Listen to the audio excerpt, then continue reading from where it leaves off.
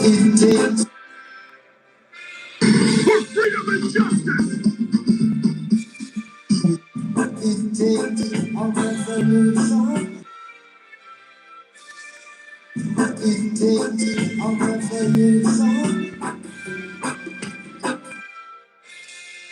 for freedom and justice. For freedom and justice. The United States cannot stand by while such atrocities are happening in Nigeria.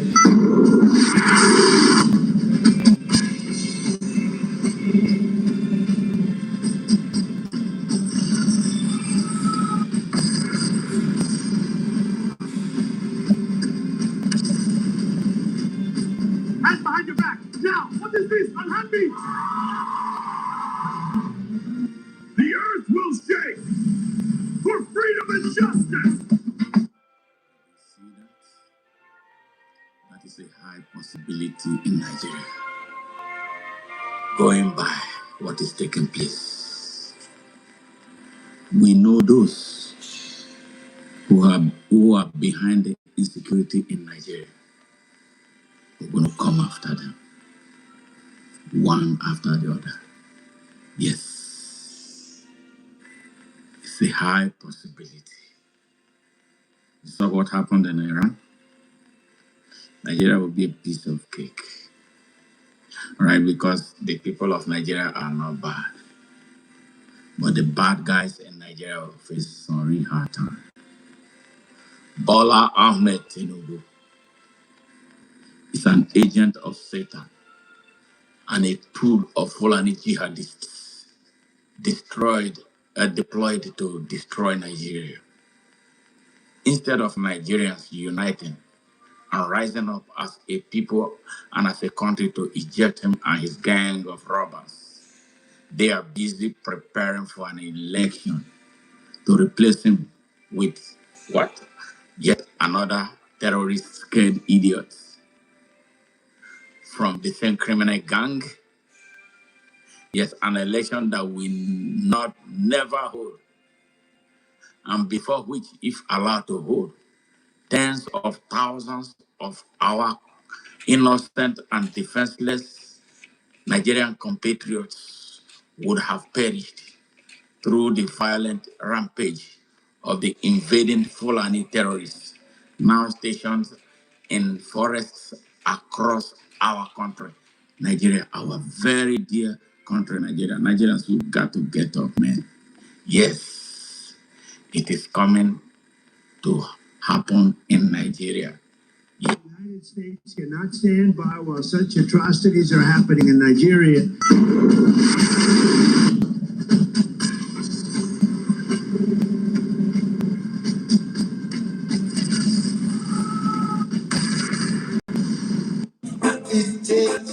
All right. Oh, good afternoon, people from the world. I hope hope everybody The is doing United States fine. cannot stand by while This is Smart Mado Ajaja, convener of Open Nigeria and Africa Unite, and the anchor of Nigeria Now. Global Matters Arising. Good morning, Africa, and reggae at its best on ONN. We apologize for not being able to bring you reggae at its best last night, but we're going to make up for it tonight, Saturday. So be ready to party. And, a lot of things are going on everywhere on earth, including here in the United States, between the United States, Israel, and Iran. Talks taking place in Islamabad, Pakistan. We don't know the details of the outcome yet. Are we going to continue to see the bombing, or is going to be the cessation of hostilities? Where that's hanging in balance. But right now, we're talking about Nigeria, the sorry state of Nigeria, the uncertainties about Nigeria, and in the hands of a bloody fraudster and a mastermind, an accomplice of terrorism in Nigeria. I'm talking about Bola Ahmed Tinubu, and the direction Nigeria is headed, very dangerous direction. The country is so insecure, so unsafe to both citizens and visitors. Where do we go from here, Nigeria? And we're going to be considering how all this started. Maybe go far deeper into history, to dig up the story of Nigeria for the world to clearly have an understanding of what is taking place in this in that country. And we welcome our visitors here today, those first timers who are just visiting for the very first time. We heartily welcome you and hope that you have a good time here with us to the extent that you will subscribe before you leave and give us some likes, support us and our mission so we can expand it, for better reach and for more recommendation by YouTube to people from around the world. If you're a Nigerian just joining me right now, and you are people of interest in this, well, I hope you will do yourself and all of us a favor, do our country and this future and the future generation of Nigerians a favor by sharing this message with other persons and then invite them to be part of this. Usually, what we do here is we hold an interactive session, and everything we do is evidence based. We don't cook up stories, and then we make argument, for to support a better Nigeria. So, if you're here for the first time, well, just give us a like, and we want to make this session a very, very productive one, and you're going to be hearing some things that will wow you about the way Nigeria is and what can be done, to save that beautiful edifice of an African country from collapsing the way of Yugoslavia and the rest of them. Yes, so that's exactly what it is. Both Potato, I say, hey, welcome to Martha Evans. Thank you very much for joining. Always, I hope you are doing great this weekend. Yes, the state of Nigeria. Nigeria is at that point, at that point, at that point. The country is going through a lot of troubles at all levels. When I mean at all levels, I'm talking about at the local, the state, and the federal level, and in all of its sectors. All of its sectors. No part of Nigeria is spared of the mosaic that is sweeping through that country. Very, very dangerous. So this is exactly what we are. We have a country now where people are afraid of speaking the truth. Falsehood has taken over. Now there's a war between the truth and lies, and the liars are winning here because those who speak the truth are either scared or have been run out of the country, and stuff like that. And evil men, evil people have taken over our country, and that is not good for the health of a country. That's not good for its citizens, and that is not good for its future. Yes, yes, a country where everything is gone wrong. Everything is gone haywire in Nigeria. So that is exactly what this discussion is all about. And the people coming from outside Nigeria, taking advantage of the weakness inside Nigeria, especially what China is doing or Chinese are doing inside Nigeria. Uh, it will make you bleed for that country. And I'm going to show you a few of those. It's a lot. It's a huge slew of things going on. Like the people of Nigeria have decided to hand over their country. They have hands up. Nobody, not many people care about the country anymore. They are just living life. Life is about food. Now, food is the most important thing for the Nigerian to happen, and that's all. So nobody cares much about the country. Like this is our country for us to defend and make it work for this and unborn generations of the country. So first, I'm going to show you something about when you hear about the insecurity in Nigeria. What is fueling the insecurity? Why the people are actually involved in acts that are destabilizing their country? Yeah, because of food and what it is tied to. You will weep for that country. So I'm going to be showing you some excerpts as we play along in this. Maybe perhaps, maybe before I do that, let me tell the listeners, viewers from Nigeria, across Africa and around the world, a little bit about Nigeria. Nigeria is the most populous African country on earth. Yes, the most populous black nation. You have the highest concentration of black people in the world inside Nigeria. Statistically speaking, they say for every five black persons, one is a Nigerian. For every black person, every five black people or five black persons, one of them is a Nigerian. Yeah, that is huge. That is massive. All right, and in that direction, Nigeria is supposed to be an example, home to the black people from all over the world. But we are failing the world because of the country's tragedy of leadership. Nigeria has roughly a population of about 250 million people. Though sadly, all these are just projections. All these are all assumptions because the country, how terribly governed it has become, has never been able to conduct a successful census. Everything about Nigeria is politicized. Politicized along tribal lines, politicized along religious lines, politicized along regional lines. All right. So we hear all these numbers, but I believe that Nigeria is about 250 million people. All right, maybe perhaps more. Okay, so that's that. The country became independent, Greek independent, in 1960.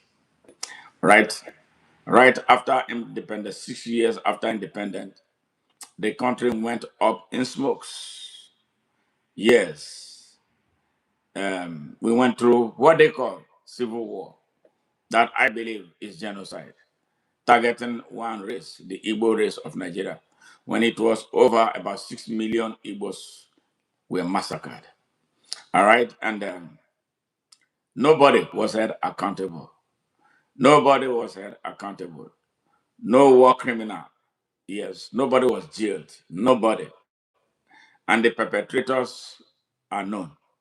The offsprings of the perpetrators are the ones still holding the country hostage as we speak right now. All right. So the imbalance in the country, the failure of the country to thrive beyond the Greek gift of independence. Beautiful diversity of people, very beautiful diversity, endowed with everything that you can think about. Endowed with oil, endowed with bauxite, endowed with lithium, endowed with gold, everything that you have. But what do we have to show for everything that Nigeria has? Poverty. Yes, massive, very extreme poverty. Over 99% of the country's population live below poverty line. I'm speaking exactly the way it is. And that is how bad. That is how bad. Less than 1% is holding the country hostage with their foreign collaborators. Something has to happen. We let blood of over 6 million people between 1967 and 1970. And since then, the country has not known peace. The country has not known growth. The country has not known development. The country has never not known progress and prosperity. Now the question is, how long are we going to continue in that. Now the problem, yet another problem. These whole things are not going away. They are getting worse by the day. Yes, so you heard people shooting up things that we thought were impossible in Nigeria are all happening in that country right now. Okay, so that is the politically um, one section, all right, driven by a minority, has held the country hostage for its 65 years, going to 66 years. All right, and there has not been any reprieve for the people. I don't care that they are from the same place, but they have not done anything to improve the quality of life and the standard of living of the people of the country. Youth unemployment, I'm telling you, over the youth account for about 75% of the country's population. That is massive. But the majority of the young people are unemployed. Yes, I would say. I don't even know that we have up to 90%, uh, um, have 10% of the Nigerian youths employed. Majority of them smart kids. They have graduated from the universities, but no job to do. And then when you hear about criminality, yes, when you hear about criminality, poverty and morality cannot go together. When you see some people, a few people living so well, and the majority of the people are living abysmally terrible, yeah, what do you expect? They have made life a concrete in the jungle where only the fittest of the fittest shall survive. And that has been the situation. So when you hear about what is taking place in Nigeria, you got to ponder a little bit, to have a clear understanding of what it is. So you have you when you judge the people, you judge them fairly, and all this is the result of the country's tragedy of leadership. Nigeria and Nigerians have never seen good leadership. Never. We have never. I don't even know any Nigerian that is a good leader. The country has been, it was programmed. I don't know if it is right or wrong to say that, but the way it is now is overwhelming. It's like the country is programmed to allow criminals as leaders, while the good people are scared away, or from the positions of leadership. And that is why you see the country in the hands of a drug dealer. Bola Ahmed Tinubu sold drugs here in the United States. All right, he was prosecuted. He made a settlement, and then they let him go. And that is why you hear his vice president is a terrorist, the founder of Boko Haram. All right, and all the entire National Assembly populated by criminals. The state governors are mostly criminals. Local government chairmen across the country are fraudsters. Yeah, so how did we get here? Why did we allow this to happen to us? Why are all this? Is it like some people in Nigeria, local parlance, they say that the people of Nigeria are bewitched? Who bewitched the people of Nigeria? How is it that Nigerians will see good and they choose evil? So those are the things that we are going to be examining. So this is just a vague history of the state of Nigeria for you to have a background information about what Nigeria is and what Nigeria represents, why Nigeria is not growing, why good people are not in charge of Nigeria, why criminals, roam and act with impunity, with nobody challenging them. And then what the best Nigerians can do is to come together. Instead of coming together, good people coming together, you see them politically creating a political alliance of strange bad fellows, including some who have been fingered as masterminds of terrorism, and the people of Nigeria celebrate. So we want to try to understand what is wrong with the minds of the people of Nigeria. Yeah, so that's the thing. But before we proceed, let me show you something about about um, about Nigeria and the Chinese involvement. All right, to understand the insecurity in Nigeria, just a bit of it. Now, this is not all about it, but for you to understand, let me play you this clip so you can hear something that is taking place in Nigeria right now. All right.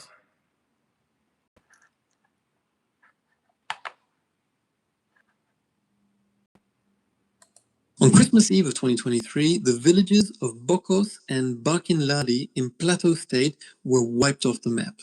Over 200 Nigerians were slaughtered in their homes. Houses were burned to ashes. The survivors fled to internally displaced persons, IDP camps. The Nigerian media and international news outlets repeated the same tired script. They called it a farmer-herder clash.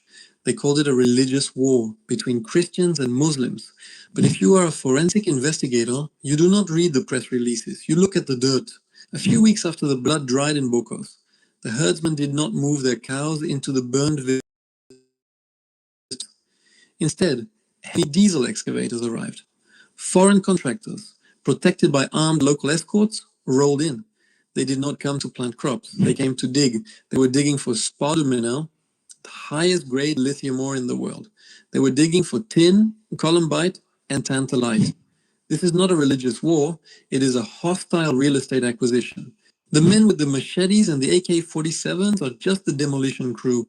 They clear the human beings off the land. Then, the global mining syndicates walk in to extract the minerals. Those minerals are loaded into trucks, passed through military checkpoints, and shipped out of Lagos to build the battery of an American Tesla or an Apple iPhone. I am a forensic investigator. Today, we are tearing up the script. We are naming the syndicates. We are tracing the blood money from the killing fields of Jos to the global tech supply chain. You are watching Historic Capital. This is the dossier on the blood lithium cartel. If you want to find the killers, you have to find the buyers. Let us go to the Nigerian Mining Cadastre Office, MCO, in Abuja. This is the agency that signs the papers. They issue the exclusive prospecting licenses, take their map of active mining licenses and place it directly over the map of the massacres in Plateau, Nasarawa, and All right. Kaduna I states. hope you guys are They match with watching. terrifying precision. I sent The a link bloodiest zones in the middle to belt, this broadcast. Riom, Mangu, It is about the state Bokos, of are insecurity sitting in directly Nigeria, on or top the of a state of Nigeria multi-billion-dollar generally. belt of solid Yes. minerals. By So, law, if a multinational company wants to mine thank you, lithium, they Olufunke, must negotiate with and the indigenous community. architect. I don't They know must pay what, massive ARC. compensation. They So, must sign a community if development you agreement. follow the link That process cuts into to the the profit ONI margin. channel, you'll be But able if to an see me armed militia as we are talking burns about the this village to the serious ground, issue in the Nigeria. villagers Thank you. run for their lives. The government declares the village a red zone due to insecurity. Once the land is empty, the illegal miners simply drive in. They pay zero compensation. They sign no agreements. They extract thousands of tons of raw lithium ore. They pay the armed militias a protection fee to keep the villagers from returning. The Minister of Solid Minerals, Dele Alake, stood on national television and admitted a terrifying truth. He said that powerful Nigerians are sponsoring the bandits to protect their illegal mining operations, but he did not name them. We will. They are the local politicians, the retired military generals, and the traditional rulers who form front companies to hold the mining licenses. They secure the paper in Abuja, and they contract the dirty work to the syndicates on the ground. Who is actually running the excavators in the ashes of Jos? Enter the Chinese mining syndicates. In the last 3 years, the Economic and Financial Crimes Commission, EFCC, and the military have arrested dozens of Chinese nationals deep in the forests of the Middle Belt and Kwara State. In May 2024, the EFCC arrested Chinese operators in Nasarawa State. They confiscated truckloads of stolen, unrefined lithium. These are not rogue, independent miners. They are highly organized, well-funded corporate extraction teams. China controls over 70% of the world's lithium refining capacity.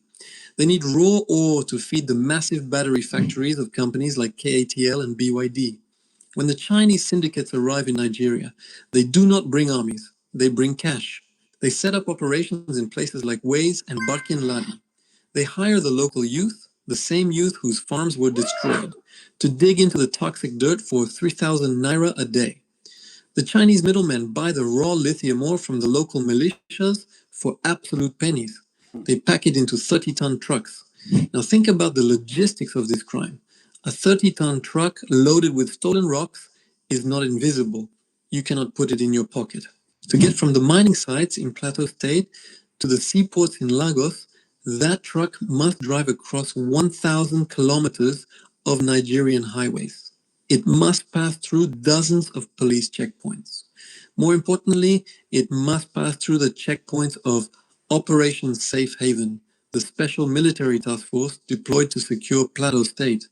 How does a massive convoy of stolen lithium drive past the Nigerian military while the local residents are locked down under a 24-hour curfew? Because the trucks pay the toll. The cartel pays the military commanders, they pay the mobile police, they pay the local government chairman. The security forces do not stop the trucks, they escort them. The citizens are slaughtered, the trucks are protected. When the trucks arrive in Lagos, they meet the customs cartel we exposed in our last dossier. The raw lithium cannot be legally exported without paying massive royalties to the federal government. The Nigerian law says you must refine the minerals locally before export. But the Chinese syndicates do not want to build refineries in Nigeria. They want to extract the raw earth and run. So they buy the signature of a Nigerian customs officer. The customs officer logs into the export database at a Apapa port. He classifies the highly valuable lithium or columbite as lead slag, zinc, or raw earth. He falsifies the bill of lading. He hits approve. The containers are loaded onto the massive ships of Maersk and MSC. The stolen wealth of Plateau State leaves the shores of Africa. The Nigerian treasury collects zero royalties. The local government collects zero taxes. The ships sail to the ports of Shanghai and Shenzhen. The raw ore is dumped into giant chemical refineries. It is melted down, it is purified. The moment it melts, its origin is completely erased. The blood is washed away in the fire. This brings us to the buyers, the trillion-dollar American technology companies. Elon Musk needs lithium to build the batteries for Tesla. Apple needs it for the iPhone. Microsoft needs it for their servers. You might ask, how can an American corporation legally buy minerals stolen from a burning village in Nigeria? Because the United States government gave them a loophole. In 2010, the US passed the Dodd-Frank Wall Street Reform and Consumer Protection Act. Section 1502 of this law was designed to stop the trade of conflict minerals. It forces publicly traded American companies to prove to the US Securities and Exchange Commission, SEC, that their supply chain does not fund armed militias. But read the legal text of the law. The Dodd-Frank Act explicitly defines conflict minerals as those originating in the Democratic Republic of the Congo, DRC, or its adjoining countries. Nigeria does not share a border with the Congo. Therefore, under United States financial law, minerals mined by armed bandits in the killing fields of Jos are perfectly legal. A tech company in Silicon Valley can buy thousands of tons of refined lithium from a Chinese middleman. They can put it into an electric vehicle. They can file their paperwork with the SEC in New York, and they can legally stamp the battery as conflict-free. Wall Street looks the other way. The green energy revolution in America is heavily subsidized by the massacres in West Africa. The American consumer buys a Tesla, thinking they are saving the planet. They do not know that the battery was charged by the destruction of an indigenous community in Plateau State. The global tech market demands cheap lithium. The Nigerian cartel supplies the blood, while the foreign syndicates take the minerals. What do the local Nigerian politicians get? They get the emergency budget. Every time there is a massacre in Jos or Kaduna, the state governor goes on television. He cries for the victims. He declares a state of emergency. And then he accesses the security vote. In Nigeria, the security vote is a monthly cash allocation given to governors to fight local crises. But it is a constitutional black hole. The security vote cannot be audited by the Auditor General. It is not subject to legislative oversight. The governor does not have to produce a single receipt. He can withdraw hundreds of millions of naira in raw cash. If Plateau State is peaceful, it is very difficult to justify a massive security vote. But if the state is burning, the governor and the security chiefs can draw billions of naira in raw, untraceable cash. The crisis is the justification for the money. If the military actually wiped out the bandits, the emergency funding would stop. The security votes would dry up. There is zero financial incentive for the political and military elite to end the conflict. Peace is bad for business. The politicians mourn the dead in public.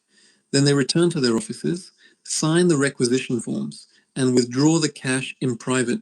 You might live in Lagos or London or New York and think this violence does not affect you.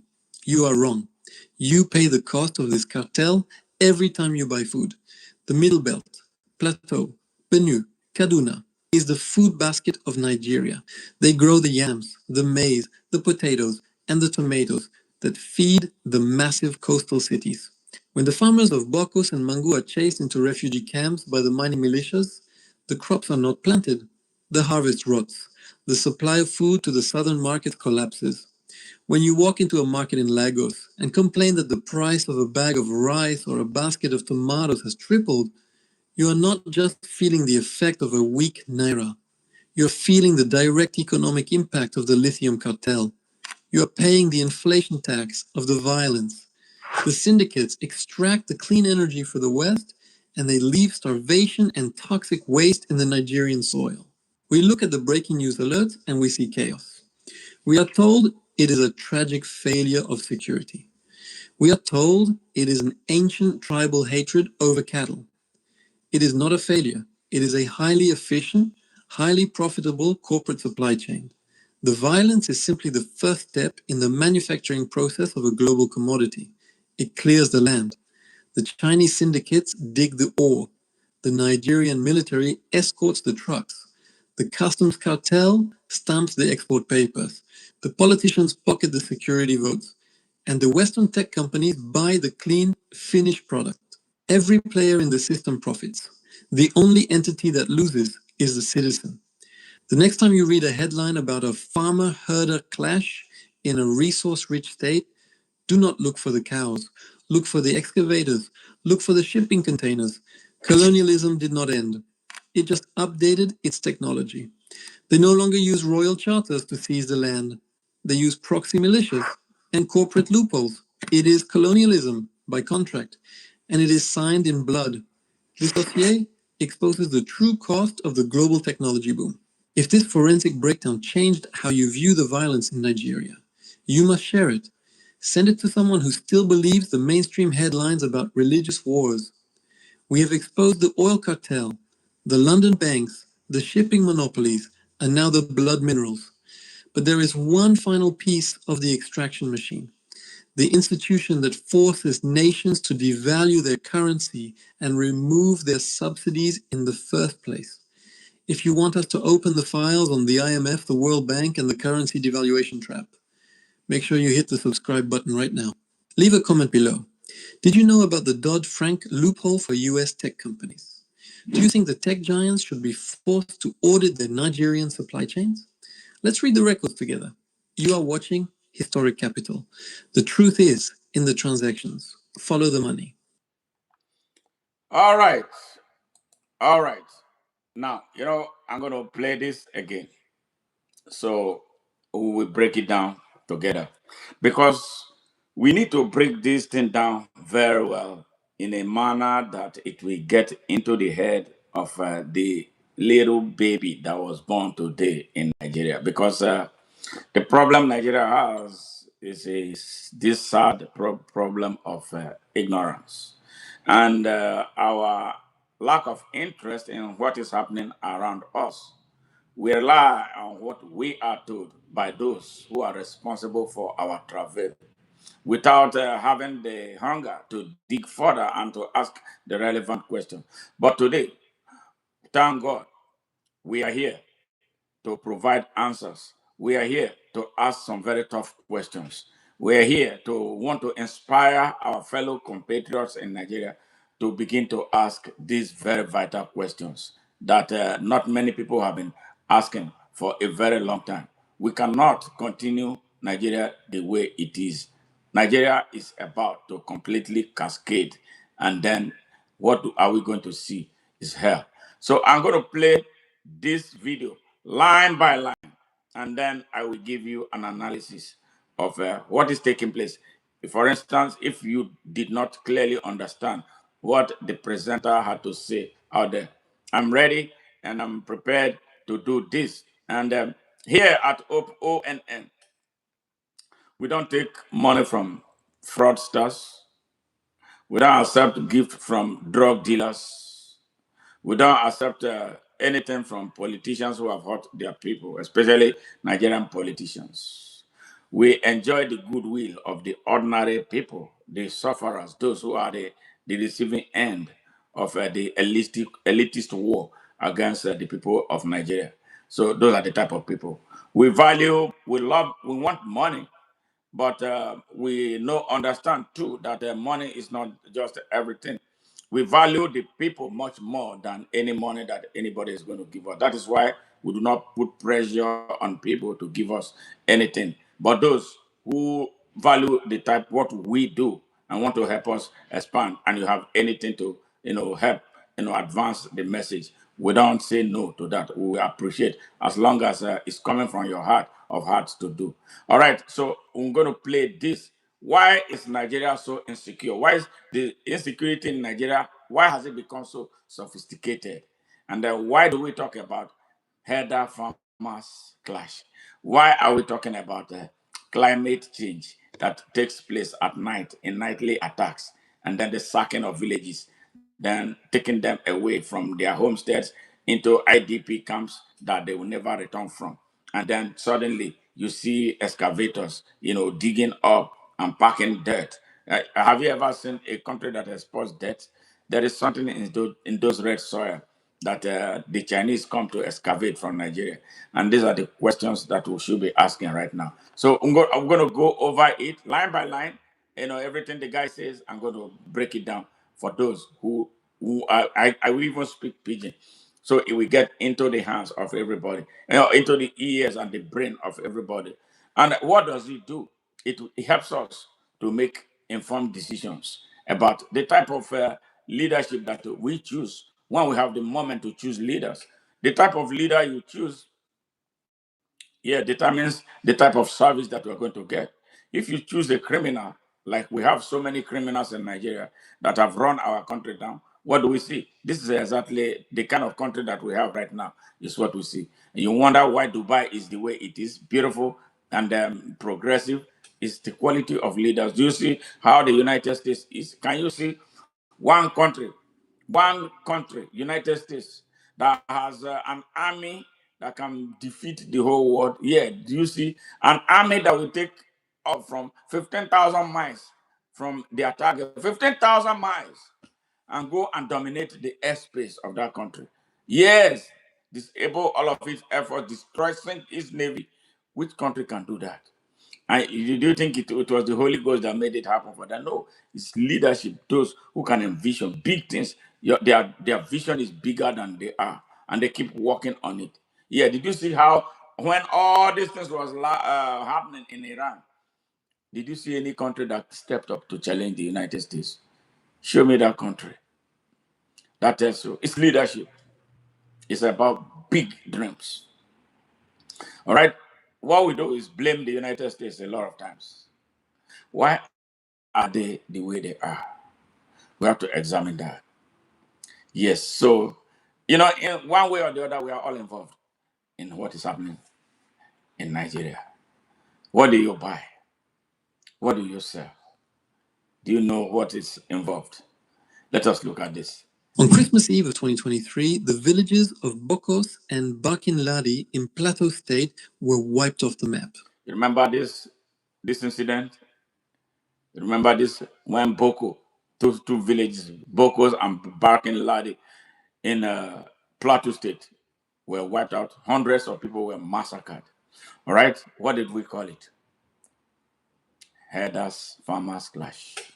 All right, and then who were responsible?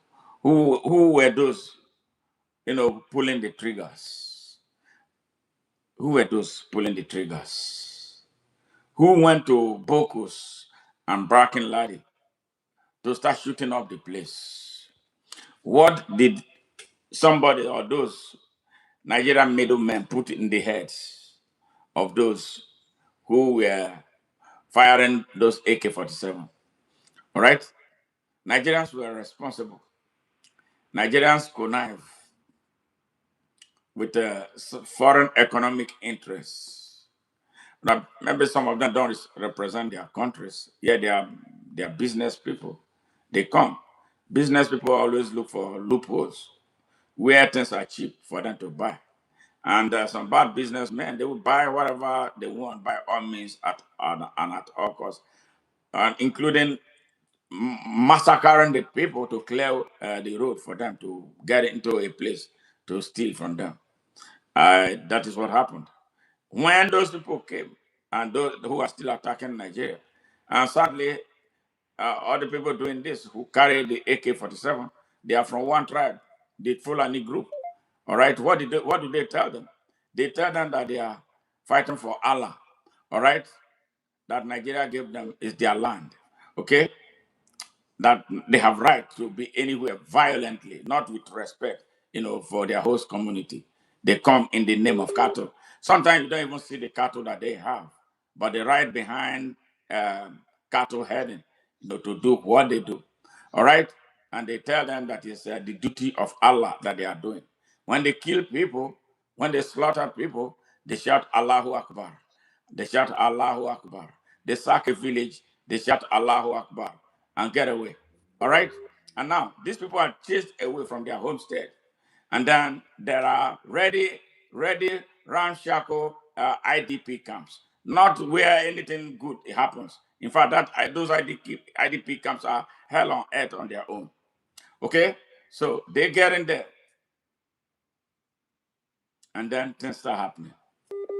Okay, let's go. Let's go on. Over 200 Nigerians were slaughtered in their homes. Over 200 Nigerians, harmless, innocent, defenseless citizens of Nigeria, were slaughtered in their home. These were citizens who were not fighting with anybody. They were not quarreling with anybody. They had concluded their businesses for the day and retired home to want to sleep ahead of tomorrow. But they never knew that some people will come in the dead of night to come and start attacking them.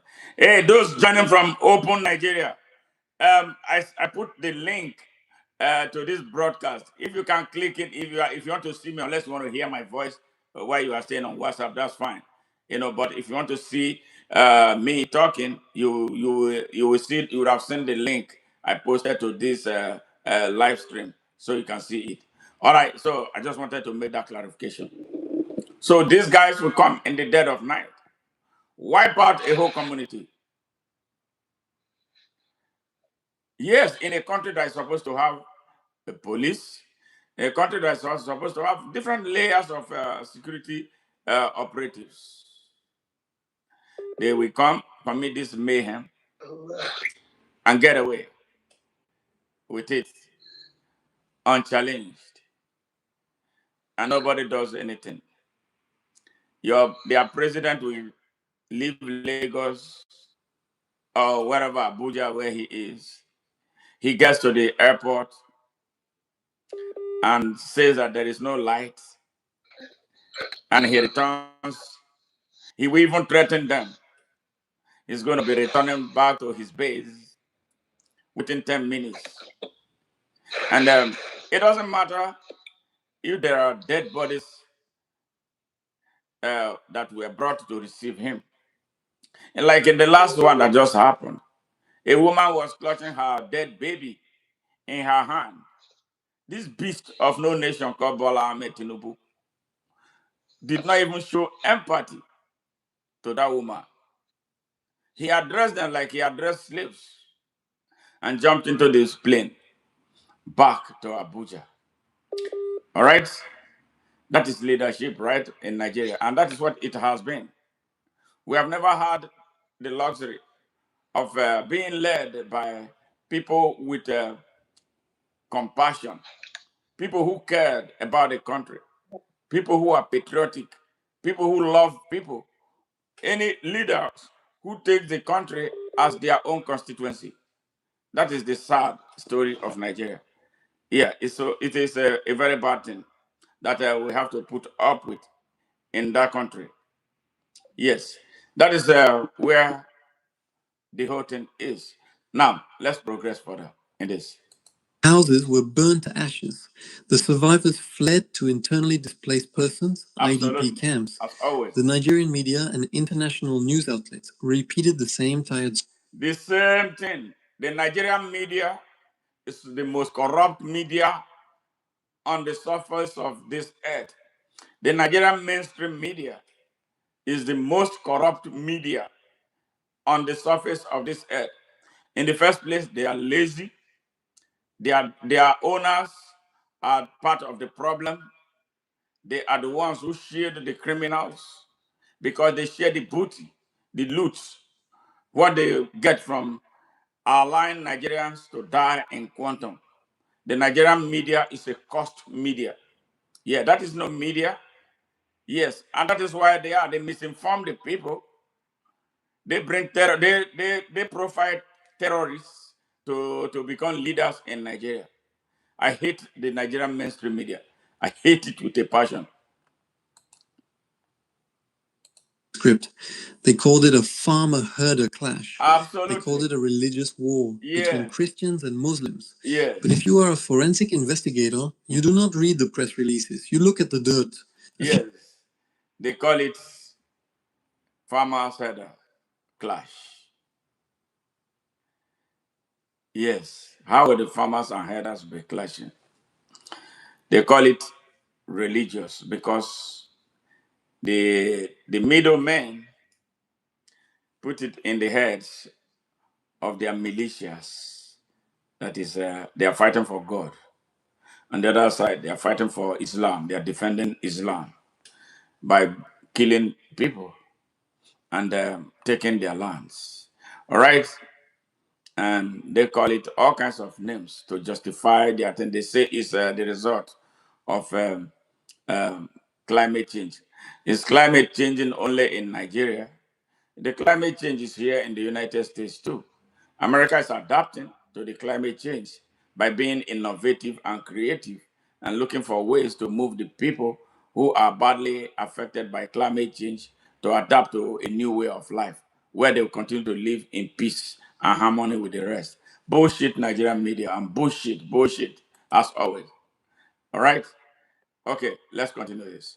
A few weeks after the blood dried in Bokos, the herdsmen did not move their cows into the burned villages to graze. All right, from what he's saying here, he said 2 weeks after the Bokos people have been driven away from their homestead, the Fulani killers or the herders, they call themselves a lot of time without herds, did not move anywhere, did not move an inch with their cattle. They possessed the land. Now the land has become theirs. And what do you hear next? Listen. Instead, heavy diesel excavators arrived. Foreign contractors, protected by armed local escorts, rolled. Here you go. All right. After they drove the villagers out, all right, those who mastermind the massacre bring their heavy duty equipment because they have conducted research to find out what is beneath those soils in the plateau. Mineral resources.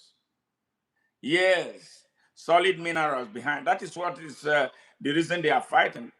Not because they are fighting for Allah, and not because it is actually a herder's farmer's life. All right. What they are looking for is the minerals below the soil. And that is why you see heavy duty equipment that they roll in and they will start digging. Now, hear this. In. They did not come to plant crops. They came to dig. They were digging for spodumene, the highest grade lithium ore in the world. They were Yes. digging for tin, columbite, and tantalite. This is not a religious war, it is a hostile real estate acquisition. Absolutely. Hostile real estate acquisition, he called it rightly, driven by the quest for mineral extraction, tin, columbite, lithium, highest grade of lithium found in that place. So they must massacre the inhabitants because they know they are going to resist, being asked nicely to relocate. Okay, yes, they will do everything, and that's how they contracted the killers. And guess what? We know those who brought them in. They are all now angling to be presidential candidates of Nigeria, right? In ADC and APC. Bola Ahmed Tinubu is a part of this. Because if it's not a part of this, there's no reason the armed forces of Nigeria cannot stop this from continuing to happen to our people. They are all complicit. And this is why the people of Nigeria must start looking for alternative ways of responding to these issues. We know that the army of Nigeria is no longer the army of Nigeria. It is an occupation army fighting for criminals who want to wipe out our fellow citizens in order to take our country and have access to all of its mineral resources that the Almighty God endowed us with. So, am I making sense to you? Am I making sense to you? So that tomorrow, when you are asked to vote for a governor, when you are asked to vote for a member of National Assembly, when you are asked to vote for a councillor, when you are asked to vote for a local government chairman, there are some questions that you're going to ask. How do you represent our interests? What are you going to do differently from what the rest have done? When they came to massacre us, we didn't find nobody to look up to for leadership. Are you going to do the same thing? Those are the type of questions that you are. Do you really love this country? Do you love Bokos? Do you love Bakin Ladi? What are you going to do to protect our people to ensure that we don't have a repeat of this? All right, let's continue. The men with the machetes and the AK-47s are just the demolition crew. They clear the human beings off the land. Then, the global mining syndicates walk in to extract the minerals. Those minerals are loaded into trucks, passed through military checkpoints. Yes. So now, after they chase these people away, all right, using the Fulani militias, all right, who are told sadly that they are working for Allah, and who pray, who say, who give thanks and praises to Allah, Allahu Akbar, every time they murder the people in quantum. So they use them to clear their path. And then they move in these heavy duty escalators, yes, and excavators to dig up the minerals. They heap all these minerals together, put them in trucks, headed to Apapa Wharf, all the way from Plateau, drive through many security checkpoints, including the army that is pretending to want to come and protect the people. Their commanders and their even rank and file are paid money, and they never ask questions about what the cargo these trucks are carrying. They escort, in fact, they escort them. Yeah, you see, they escort them to the port. But let us hear from this man. What is going on. And shipped out of Lagos to build the battery of an American Tesla or an Apple iPhone. I am a forensic investigator. Today, we are tearing up the script. We are naming the syndicates. We are tracing the blood money from the killing fields of Jos to the global tech supply chain. You are watching Historic Capital. This is the dossier on the blood lithium cartel. If you want to find the killers, you have to find the buyers. Let us go to the Nigerian Mining Cadastre Office, MCO, in Abuja.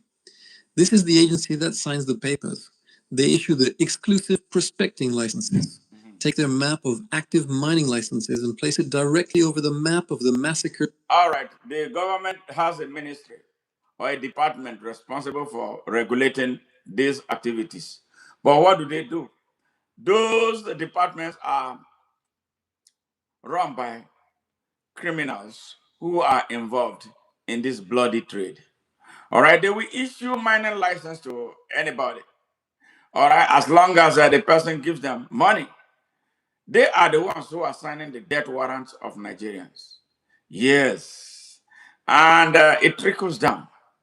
All right. Or it trickles up to the presidency. Bola Ahmed Tinubu knows everything that is taking place. He knows why our people are being massacred. He knows what to do to end it. But he will not do it for the benefit that he's getting it. I challenge him that if he says he doesn't know, let this nonsense end tomorrow, because that's what I would do. Yes, that's what I would do if I'm the president of Nigeria today.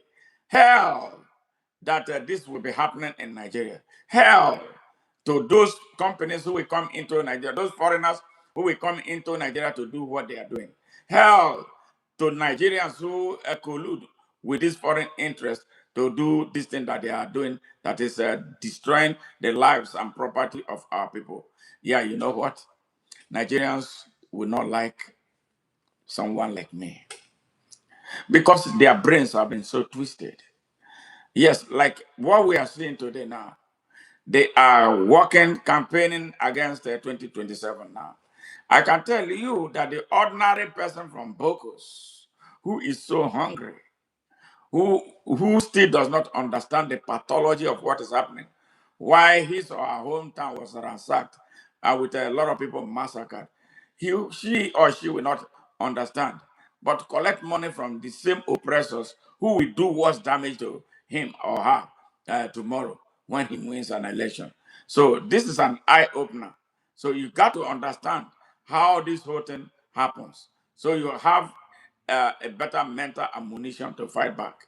Yes. So exactly. So the mining authority that the authority in Nigeria that gives mining license or mining licenses to those prospectors of mining. Yes, they will issue mine licenses to people. They don't look at their background. They don't investigate them. There's no way of holding them accountable for any wrong things that they do. Yes, in a manner of making them socially responsible. No, all they do, we give him money. They give the regulators money, and they issue them license or licenses. And then a lot of them don't even have what it takes to mine anything. They will sell the licenses to syndicates. They will sell it to other people. By the time we know it, that's when all these rogue activities will start. Let's go back to this guy. In Plateau, Nasarawa, and Kaduna states. They match with terrifying precision. The bloodiest zones in the Middle Belt, Riom, Mengu, Bokos, are sitting directly on top of a multi-billion-dollar belt of solid minerals. Absolutely. By law, if a multinational company wants to mine lithium, they must negotiate with the indigenous community.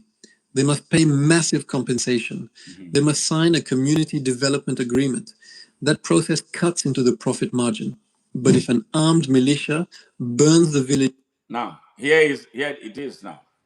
What did these criminals do? All right, ideally, when they come into a community, they are supposed to meet with the owners of that community, the leadership of that community. They work with them to do what? To reach an arrangement to support what they do, support education by giving scholarships, give them access to things, basic things of life, like a water supply, electricity, and all that, build schools, build hospitals for them. Now, all this, if they do it, we cut into their profits. And they don't want to do any of those, that will, anything that will minimize their profits, how much gain they are going to make. So they look for a shortcut. The shortest cut is getting hoodlums, getting criminals, recruit them, find an ideology, rogue ideology, and religion is readily available. They will say, okay, this is a fight for Allah. I don't know why, sadly, Islam is so vulnerable to this type of thing. It's really sad. It's really sad. They will find a specific tribe that can do this job. Yes. They tell them it's about Allah. They tell them it's about the Fulani nation, that they want to establish their land. The fighters don't even know what they are fighting for. They give them AK-47. They give them drugs and all kinds of things and set them loose. Drive these people away from their land. And they go dutifully, patriotically, tribally and religiously patriotically to do it. And then kill them in numbers and say Allahu Akbar. We know the truth and we don't speak the truth. And that is why Nigeria is suffering. Yes. So Islam, Muslims, you need to defend your religion, or really against the abuse by hoodlums. How come it is only Islam that is being used as a vehicle to drive some of these things? And it goes to show you that most of the people who are responsible for these atrocities are Muslims, especially from the north of Nigeria. Yeah, they are the ones who raise this militia. Because if you come to ask me to take up a fight, this type of fight, I'm going to ask you a lot of questions. Because they have brainwashed these people, that everything they tell them is about religion, they will go and kill. So that's how this whole thing. They form the line behind an easy ideology that they can use to drive this hell, to drive people away from their homesteads, take away their homes, burn their homes down, kill them, and then seize their land. Yeah, here we go. Here we go. To the ground, the villagers run for their lives. The government declares the village a red zone due to insecurity. Red Once the zone. land is empty, the Red zone due to insecurity. A government that has an army, a country that has an army, is afraid of terrorists, right? That's what we call them. All right? Hired militias, right? All right? Mostly Fulanis, okay? They get scared of them. And it tells you that those in government are involved. And sadly, these guys are Fulani elites who are behind all this. Well, people can pretend all they want. I'm not trying to be nice to anybody. I'm being honest about what. So look at statistics. Look at statistics. Name all those who are behind all this. Who are they? They are Fulanis. Who are they? Majorly Muslims involved. Yeah, there are sprinkles here and there, people from other things, involved. Those are people who are looking for food to eat, daily paid food. Yeah, but they are not involved heavily because they are not part of this. The Nigerian middlemen arrange all these things. They find people who are vulnerable that they can easily use. They put their mission behind a warped ideology driven by religion. And then here we go. And that is exactly what the government will become um, so handicapped. Yes. And that tells you of the involvement of government or their agents. Now, what is the business of Nuhu Ribadu being a national security advisor of Nigeria? What is Bello Matawale doing as a minister of defense? Well, there was one before that for him, and a lot of them in the army, and here of them. Here we have soldiers in Nigerian army who are Fulanis who have been implicated, as agents of Boko Haram and terrorism. But they still leave them in the service. And you see how they are killing soldiers now. They set up ambushes against those who oppose them. And this is so sad. And this is the country that we have as a country, right?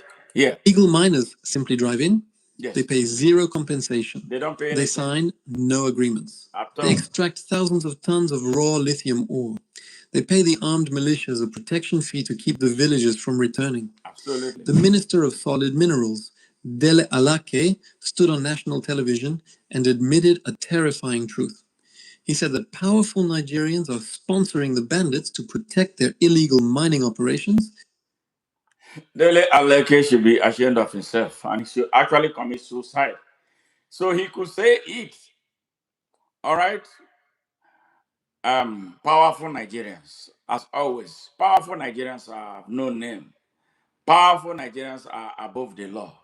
Powerful Nigerians cannot be arrested and prosecuted for their crimes and dumped in jail to serve as a deterrent to others. We hear all these powerful Nigerians all the time. Nigerians, make me your president. And then let us see how powerful these Nigerians are. You know that they will not be powerful. You know that somebody is going to come after them. But you will not. You will not. Because, let me stop short of calling the whole of Nigeria name. Yes. And let me stop short of that. Now, my question is, Nigerians, why are you allergic to choosing good leaders? Those who have the guts, those who have the courage, those who can protect you, those who can inspire you, those who can wake you up, those who can inspire growth and development in your country, those who can inspire progress and prosperity, those whose activities can bring about a lasting peace, yes, and unity in your country. So why is it that you know all this? You know the governor of a Plateau State, for instance. Now, can you say he is a good man? If he's a good man, he should be able to protect you. If he's a good man, he should be able to be at the forefront of the efforts to stop this illegal mining in Plateau State. If all the leadership, yes, the leadership, all those who drive leadership in your state, in Kaduna, in Zamfara, and everywhere, all these things are happening, if they are good, if they are patriotic Nigerians, they should be able to do the right thing for their countries. Can you imagine Chinese companies coming to America to come and perform the kind of nonsense they do in Nigeria? Where are they going to do it? You know it's impossible because Americans love their country. And it's not just the government, the people of America. Every American is a police officer. No, not all of them are in uniform. Just being a citizen of the United States, yes, makes you a police officer. When you see anything going wrong in your country, in your community, you will see Americans, they will raise a finger. They will begin to ask a question. They will begin to call out some people. They will begin action right immediately. But Nigerians will see their country being destroyed. They will look away. They will even collect money from those destroying their country and allow them to have their way. Yes, the Chinese have understood the behavior of Nigerians. Yes, things that they can't do in their country, they will come to Nigeria to do them. Now, for your information, majority of the Chinese operating in Africa are Chinese in jail in their criminal justice system, serving jail time that the Chinese government decided to release and send to Africa in order to make them productive for China. All right? So, but all the things that they perform, all the criminal, corrupt things that they do in China, Nigerians in China don't try them. Nigerians in China do not have a right to extract minerals in China. With a lot of Nigerians in China, what do? They drive them about like animals. Yes, but then when they come to Nigeria, you treat them like gods. Shame on us, really, shame on us. Dele Alaki, you should shut your stop fucking mouth up. Yes, you say powerful Nigerians. Who are these powerful Nigerians? Who is that Nigerian that is so powerful to be more powerful than the country called Nigeria? Something is not right. It is you. You are a part of the problem. You who see, yes, and you keep quiet. Then what is your business being in government if you cannot defend the interest of Nigeria? You open your dirty mouth to say that some powerful Nigerians. Who are these powerful Nigerians? We need to know who they are. Make me the president of Nigeria. I swear to God, all these people will be on the run the next day. Yes, a day one. Yes. Don't you see what Donald Trump is doing? That is leadership. Hate him or leave him. He's protecting the interests of the United States. Where is the leader? Or where are the leaders of Nigeria? Yeah. But he did not name them. He We didn't will. name them. They are the local politicians, the retired military generals, Yes. and the traditional rulers who form front companies to hold the mining licenses. All right. All right. Military officers, government officials, traditional rulers.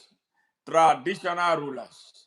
What did I say? Traditional rulers who form fronts. Yes, who form fronts. They have fronts who register mining, illegal mining companies for them. All right. They don't care when their people, if their people are being massacred. Yes. But for the money that they get, That traditional institution in Nigeria, it's time to dismantle it. They are as bad, the drivers are as bad as their ancestors who sold millions of our people into slavery for the money and set Africa up for what is going through. Can you imagine 700 years of Arab slavery and 400 years of European slavery? Yes, who were responsible? It's the traditional rulers. Yes, they have been useless all through history. We don't need them anymore. I would think that we should write, if we are we care so much about our tradition, we should write, document our traditions. Every tribe, document your tradition, put it in a book, put the books in the library for generations to read about their tradition. What is this tradition? Tradition about birth, tradition about growth, tradition about marriage, tradition about how to administer a place. Yes, we can put it in a book. And clowns who don't do a good. Who are they? Yeah, they are no. They forget that Nigeria is now a country and not kingdoms. So, and again, it borders on the ignorance of our people that kingdoms died in 1960 when Nigeria became a country and a constitutional democracy. All the traditional rulers have no power. No power. No traditional ruler has a power over you. You are the same thing. You are equal to them. Yes, if you knew something. And so that's why nobody should be bowing down to these criminals. They don't serve the interest of anybody. One clown will sit down and people come and be buying and giving him money. That's what they do. And they are never satisfied. They sell lands, they take people's wives, they do all kinds of things. And then who are they? So it's time to end this nonsense. America has no traditional rulers. None, absolutely none. And that is why America is growing and developing. Yeah, I call it that every country has a culture. If my tradition is setting me back, I don't have to respect it. And like me now, I have no respect for any stupid tradition that is so obnoxious that cannot, stand the test of time, especially as we grow, and develop. Any tradition or any culture that stands in the way of growth and development is not a tradition or culture that we should continue to defend. The traditional institution in Nigeria and perhaps the whole of Africa is dead and buried. And I'm happy the way it is speedily dying by the action of the criminals. So we need to be aware. Our people need to be aware. Yes. These are the people destroying our country. They are corrupt. The Fulani band terrorists, when they come to a place, actually, what do? They go first to the traditional rulers in the place. They give them money and they tell them to go into the bush. They take over the bush and become nuisance. They pick up guns and different types of dangerous ammunition to begin to destroy that locality. And that is why Nigeria is under siege by them. All right, let's continue. Paper in Abuja, and they contract the dirty work to the syndicate on the ground. Yes. Who is actually running the excavators in the ashes of Jos? Enter the Chinese mining syndicates. Absolutely. In the last 3 years, the China, Economic and Financial Chinese, Crimes Commission, they are no good EFCC, and the for the most military part of it. have arrested dozens of Chinese nationals deep in the forests of the Middle Belt and Kwara State. Okay, when they arrest them, what do they do to them? How many prosecutions, successful prosecutions have we had? How many of them have been jailed? You know, when they arrest them, they know the Nigerian system, they pay money, and then they go. And I was so sad.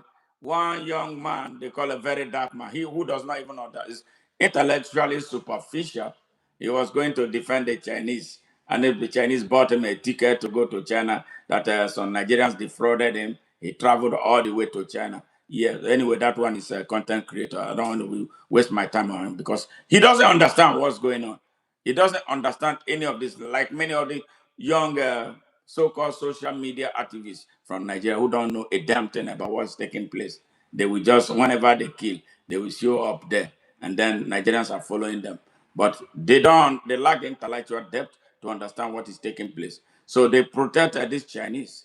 and make Nigerians feel guilty, those who challenge them for what they are doing in our country. It is sad. Let's go. In May 2024, the EFCC arrested Chinese operators in Nasarawa state. They confiscated truckloads of stolen, unrefined lithium. These are not rogue, independent miners. Can you They imagine? are highly organized, well-funded corporate extraction teams. China controls over 70% of the world's lithium refining capacity. Can you They imagine need that? raw ore to feed the massive battery factories of companies like KATL and BYD. From When the what was Chinese stolen in syndicates Nigeria. arrive in Nigeria, they do not bring armies, they bring cash. They set up operations in places like Ways and Barkin Ladi. They hire the local youth, the same youth whose farms were destroyed, to dig into the toxic dirt for 3,000 naira a day. The Chinese middlemen buy the raw lithium ore from the local militias for absolute pennies. They pack it into 30-ton trucks. Now think about the logistics of this crime. A 30-ton truck loaded with stolen rocks is not invisible. You cannot put it in your pocket. Yes. To get from the mining sites in Plateau State Wow. to the seaports in Lagos, that truck must drive across 1,000 kilometers of Nigerian highways. Yes. It must pass through dozens of police checkpoints. More importantly, it must pass through the checkpoints of Operation Safe Haven, the special military task force deployed to secure Plateau State. How does a massive convoy of stolen lithium drive past the Nigerian military, while the local residents are locked down under a 24-hour curfew? The military is so because corrupt. the trucks pay the toll. Yes. The cartel pays the military commanders. They pay the mobile police. Yes. See them. See them. Yes, the military, the police that cannot fight terrorism. They are part of what is destroying Nigeria. When you have this type of setup in a country, the country dies. And that is why the country is dying. Nigeria is dead, for real. Who does this to his country? Who kills his country? A country like this. Like Nigerians destroy their country. Nigerians are mostly unpatriotic. You can be unpatriotic by actually getting directly involved with act of lack of patriotism like corruption and bribery. You can be unpatriotic through your conspiracy or silence. When you see evil, you look the other way because you say it's not your business. Whereas it's massively your business. You are corrupt. Yes, and that is how they destroyed our country. Who does this? Who does this to his country? But Nigerians. Only Nigerians. Only Nigerians destroy their country. I've never seen citizens from other countries of all the 30 countries that I've been to. More importantly, I've never it seen must pass through the checkpoints citizens. of Operation Safe Haven. Yes, citizens who destroy their countries. Look at them. Soldiers are guiding this truck, taking mineral resources away from their countries. Look at them, how they mounted their machine gun. These are soldiers, Nigerian soldiers. Yes, see the vehicle on the side of this truck. Nigerian soldiers, Operation Safe Haven. What are these? Operation Kill Nigeria. That's what. Let's repackage it. All right, let's rephrase it. They are killers of Nigeria. Yes, Nigerians are a very, very unpatriotic people. Very, very unpatriotic. I feel sad that I'm from there. Very, very unpatriotic people. A people who don't love themselves. They don't love their country. They don't love their children. They don't love their children's future. Nigerians are very, very corrupt. Very, very unpatriotic. Now, people don't tell you. If I stand for, I'm not even standing for no election. I can't come to power through an election in Nigeria because you hate the truth. Yes, you hate the truth. If Nigerians are sensible, if Nigerians are corrupt free or minimally corrupt, if Nigerians are truly patriotic, they should be looking for someone like me to be president of Nigeria. And many of us, like in the National Assembly, many of us as governors, many at the local government, and see if Nigeria will not change. Nigerians are cheap. Nigerians are always complaining, hunger, we are hungry, we are hungry, we are hungry. If you can complain that you are hungry, then you can do something about your hunger. It is only them, tribalism, Yoruba, I'm a Yoruba, I'm Fulani, I'm Hausa, and Igbo and all that. That's what they continue to do. 66 years of doing this stupid thing. Are you not still tired? Your country is dying. Look at what Chinese, they travel for 17,000 miles to come. Only we, the people of the black race, slavery, colonialism, imperialism, yes, apartheid, and now globalization. And in all this, we are victims. We have been victims generationally. Victims. We have all these massive deposits of minerals in our continent. Yes, in our continent. People will travel from 10,000 miles, 17,000 miles to come into Africa, to come into Nigeria, to take our minerals away from us. And we always be saying, oh, we don't have the technology. Come and help us. Every time for generation we have been helped. Help that is not really help. Help that is mass murder. You know how many Africans died because of slavery? 700 years of Arab slavery and 400 years of European slavery. A total of 1,100 years. Those slavery is still going on. It's still going on. Our people, our ancestors were shipped everywhere. If there's nowhere on earth, you don't see a black man. And everywhere you see the black man, he's struggling. He's at the bottom of the ladder. What is wrong with us? And we still don't. Nigeria is a disappointment, total disgrace. When they say Donald Trump called Nigeria the disgrace, and they are crying. Why are you crying? He spoke the truth. He spoke the truth. He spoke the truth. How can a people be so corrupt that all they know is corruption? Leadership is corruption. Managing the economy is corruption. Everything about them is corruption and poverty. The young people in Nigeria are the worst that I've seen anywhere on earth. They are lazy. They are corrupt. Like those they look up to for leadership. Can you imagine some Nigerians, young Nigerians, who are promoting a state governor, for instance, from Delta State, an ex-state governor from Delta State, who stole them blind, who was arrested for his inability to account for 1.3 trillion naira, who confessed that he gave 150 billion naira to Atiku to fund his presidential aspiration in 2023. Instead of asking him money, asking him questions about what he did to their future. Some young Nigerians from Delta State, precisely Delta North, are promoting his aspiration to return to the Senate. Only in Nigeria you see that. It's the same thing you see with the rogue who's president of Nigeria. They built a new movement they call City Boys around him. And young Nigerians are joining in. A man who is destroying your country, violently for that matter. A man who is not protecting you.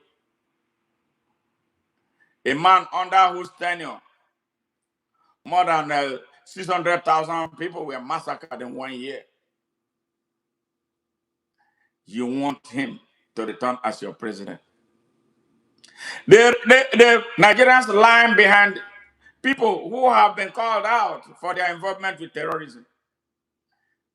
Rabiu Musa Kwankwaso, ex-governor of Kano State, was called out a few weeks ago by the United States as one of those who found terrorism in Nigeria. And they had his assets here seized. Nigerians are trooping around him in millions. They want to pair him with the Holy Ghost, Peter Obi, as a vice presidential candidate.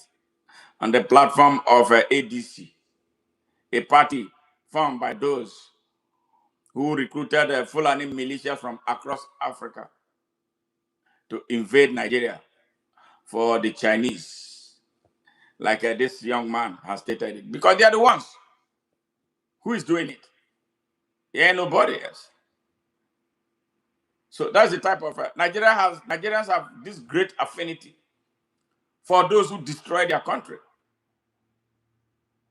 because they are mentally lazy, they are materially lazy, and they don't want to stand up for their country. They praise the United States. They praise the United Arab Emirates.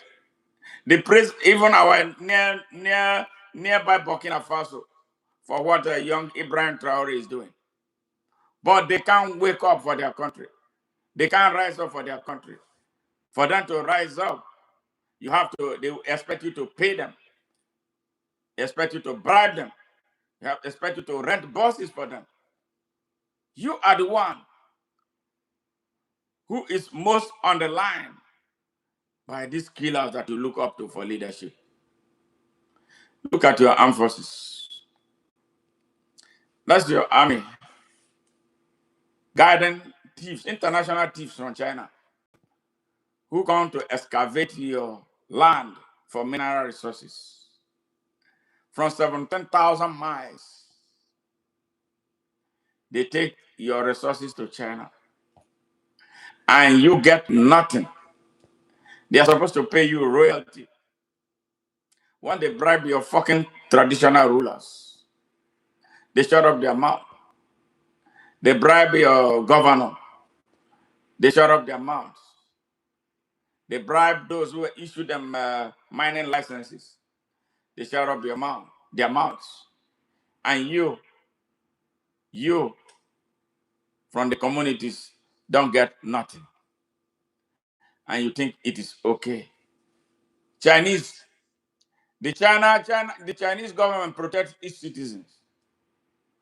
Within the past 10 years, China has lifted millions of its citizens out of poverty from resources stolen from Africa. African resources are running China. Yes, the Chinese are using African resources to lift their own people out of poverty. And they're making the African people poorer. And you can't see, you can hear. Professor Patrick Lumumba said this all the time. All you do is clap for him for his oratory. But you are not taking the content of what he's telling you to heart to begin to ask yourself questions. Everybody wants to go to China to have manufactured goods, a lot of fake goods that you bring into Africa, especially Nigeria. Dumping ground for everything because of how cheap you are mentally. And that is why we are suffering. Somebody has to tell you, and everybody is scared of saying it because it is politically incorrect. If I run for an election, vote against me for telling you the truth. This is how sad the story of Nigeria is. This is why Nigeria is insecure and why Nigeria will remain insecure.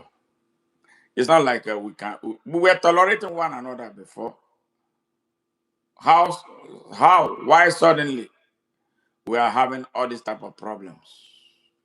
And they're having all these trucks cutting away minerals from our dear fatherland in a manner that does not profit us. And we can't stand up. The special military task force deployed to secure Plateau State. How does a massive convoy of stolen lithium drive past the Nigerian military, while the local residents are locked down under a 24-hour curfew? Because the trucks pay the toll. The cartel pays the military commanders. They pay the mobile police. So for them to have their way, they will declare curfew. All right, the curfew, when they declare it, it will look like, oh, it's something to help bring calm to the place. No, they shut down the town, the villages, in order for these Chinese criminals to successfully truck their loot away from Nigeria down to Apapa Wharf, from where they take them to China. Shame, shame, shame, shame, shame of the people. Shame, shame. Pay the All of local us. government chairman.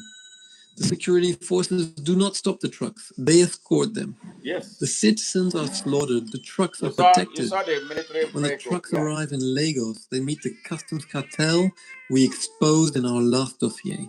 The raw lithium cannot be legally exported without paying massive royalties to the federal government. All right. The Nigerian law says you Ah, must no. refine the They'll pay the individuals who drive the fake federal government. So officially, the government of Nigeria, on behalf of the people, will not receive the money, but they have put the money in the hands of the criminals like Bola Ahmed Tinubu. That is what he has done all his life. He's never has been a shady man, so we don't expect so much from him. minerals locally before export. But the Chinese syndicates do not want to build refineries in Nigeria. They want to extract the raw earth and run. So they buy the signature of a Nigerian customs officer. Absolutely. The customs officer logs into the export database at a Papa port. Yes. He classifies the highly valuable lithium or columbite as lead slag, zinc, or raw earth. All right. You see how they do? Legally, you're not supposed to take lithium away from Nigeria, right? Wow. Beautiful piece of legislation or law, all right?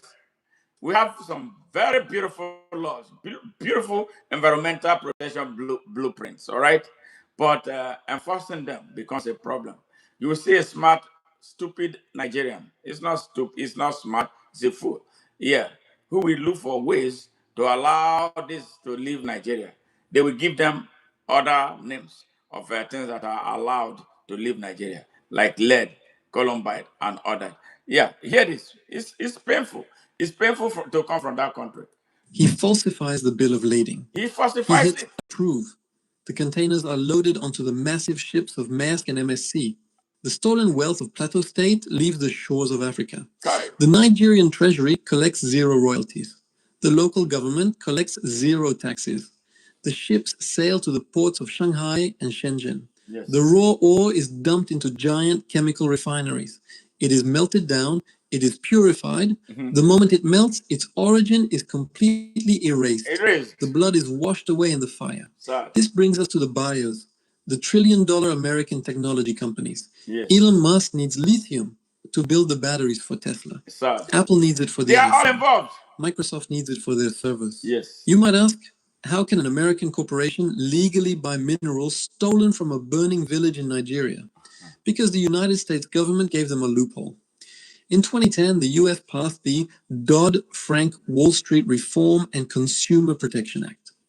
Section 1502 of this law was designed to stop the trade of conflict minerals. That is what it's It supposed to forces be. publicly traded American companies to Yes. prove to the America is one of the most litigious countries on earth. There are more lawyers in America than anywhere on earth. Their job is to continue to look for loopholes to exploit for evil like this. Yeah, American companies, American lawyers involved. But one good thing about America is that America punishes any of its countries, companies found wanting in doing shady businesses outside. I think this is the reason we should now begin to look at Elon Musk and his Tesla business, for action similar to what happened to Halliburton, and which, as a result of which, Congress William Jefferson was jailed in a crime that he committed with Atiku Abubakar. Sadly, Abubakar Atiku was not punished in Nigeria. Nigeria continued to give him one presidential ticket or another since then. Let's go. the US Securities and Exchange Commission, SEC, that their supply chain does not fund armed militias, but read the legal text of the law. The Dodd-Frank Act explicitly defines conflict minerals as those originating in the Democratic Republic of the Congo, DRC, Yes. or its adjoining countries. Nigeria does not share a border with the Congo. Yes. Therefore, under United States financial law, That's the loophole. minerals mined by armed bandits in the that is the loophole, because Nigeria has not been declared officially as a conflict country. even when the country is burning. Yeah, the international media will look away, just as their corrupt counterparts in Nigeria. Yeah, so what they will talk about is Democratic Republic of Congo, which has been in a war. So that would be the loophole that they are going to exploit, because Nigeria has not been declared as that country that is bleeding, whereas Nigeria is actually bleeding more than actively than what is taking place in the Democratic Republic of Congo. But we've been sitting on it and lying to the world about what is happening in Nigeria. But it's coming out to the fore for the people of Nigeria to see who the true enemies are. So this is the reason why this political season, these politicians in Nigeria, Nigerians, look, why can't you? Why can't you ask yourself one question? 65 going to 66 years of your country's independence, and you are still on one spot, regardless of all the massive mineral resources that you have, regardless of the abundant human resources that you have, that is not translating into anything. Why do we still allow some people to sell us these fake ideas about what is not? Why do we still allow people to make us promises that are never fulfilled? We have been promised so many times. Nigeria has been potentially great since I was born. Now, when are we going to attain that greatness? This is the question the younger generation of Nigerians should be asking, instead of shying away from their country or lining behind those who are destroying them and their future. They have made our young people most vulnerable. There's nowhere on earth you don't find Nigerians, being taken to, they traffic them now to countries like India. Our young people will travel on foot, to across the Sahara Desert into Libya, into Morocco, where they are traded like commodities. Before some of them will escape, get into the makeshift boats across the Mediterranean. A lot of them, thousands of them, have drowned. And then we are where we are, a country that is so rich. When they get across into Europe, what do? They put them in concentration camps because they are not prepared to live in such countries. Now they turn them themselves into beggars and then doing survival by all means. Some get involved with their criminal activities. They are stuck there with nothing. While from a country with so much resources, why the Chinese now travel all the way 17,000 miles from China into our country, into our continent, to begin to enjoy the seeds, the fruits of our land? Something is not right. It is leadership. Something is not right. It is followership. Something is not right. It's the attitude of the Nigerian people, the corrupt and unpatriotic attitude of Nigerian people. We love to chase shadows while leaving the substance, and that is where we are. Leadership, leadership, leadership. Nigeria needs it so desperately. Without leadership, we are not going to get anywhere in Nigeria. Fields of Joss are perfectly legal. A tech company in Silicon Valley can buy thousands of tons of refined lithium from a Chinese middleman.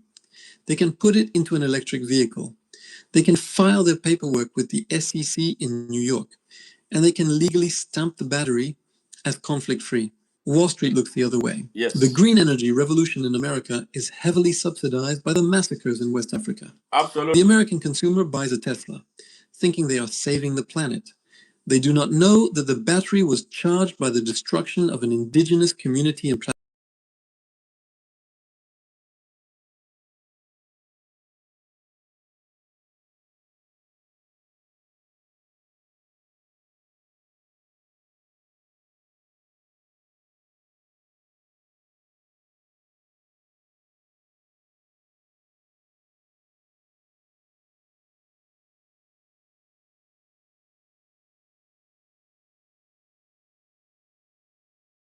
is a monthly cash given to government. Yes. Yes, there's a segment here that we missed, when there was a disruption. I'm going to bring that segment back for you because I want you to grab as much as possible, in this whole thing. Yeah, so nothing will be left behind.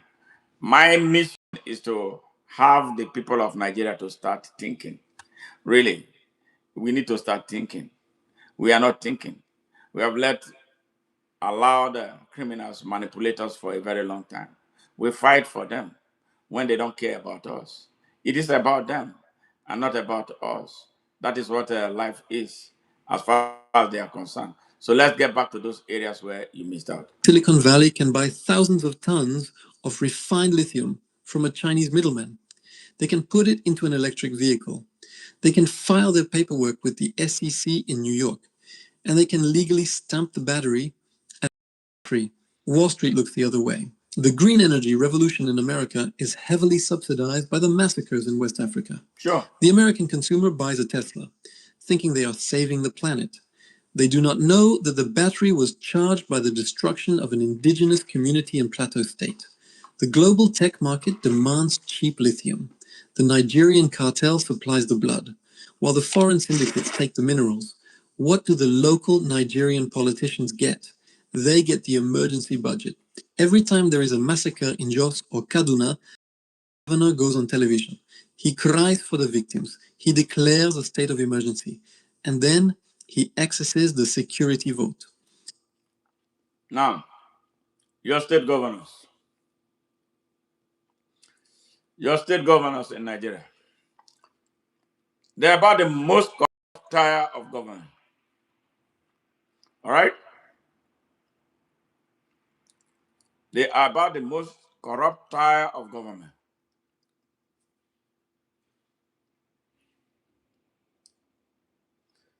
They are horrible.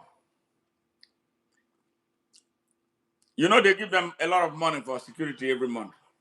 Security votes.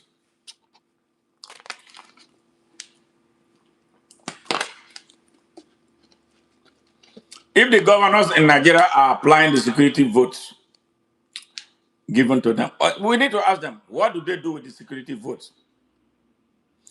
And these security votes, they don't account for them. They don't account for them by law. You see, they wrote the laws for themselves, not to be held accountable for the security vote that they collect. You see why they are willing to kill, they are ready to kill to become governors. That security vote that they collect every month. As of the last time I checked, in Delta State, the state governor was collecting 2.5 billion every month as security votes. 2.5 billion naira that he doesn't account for to anybody. The auditor has no right to ask him. And yet, the state is so insecure. In Zamfara State, the governor collects a lot of money in security votes. Ask him, what does he do with the security votes?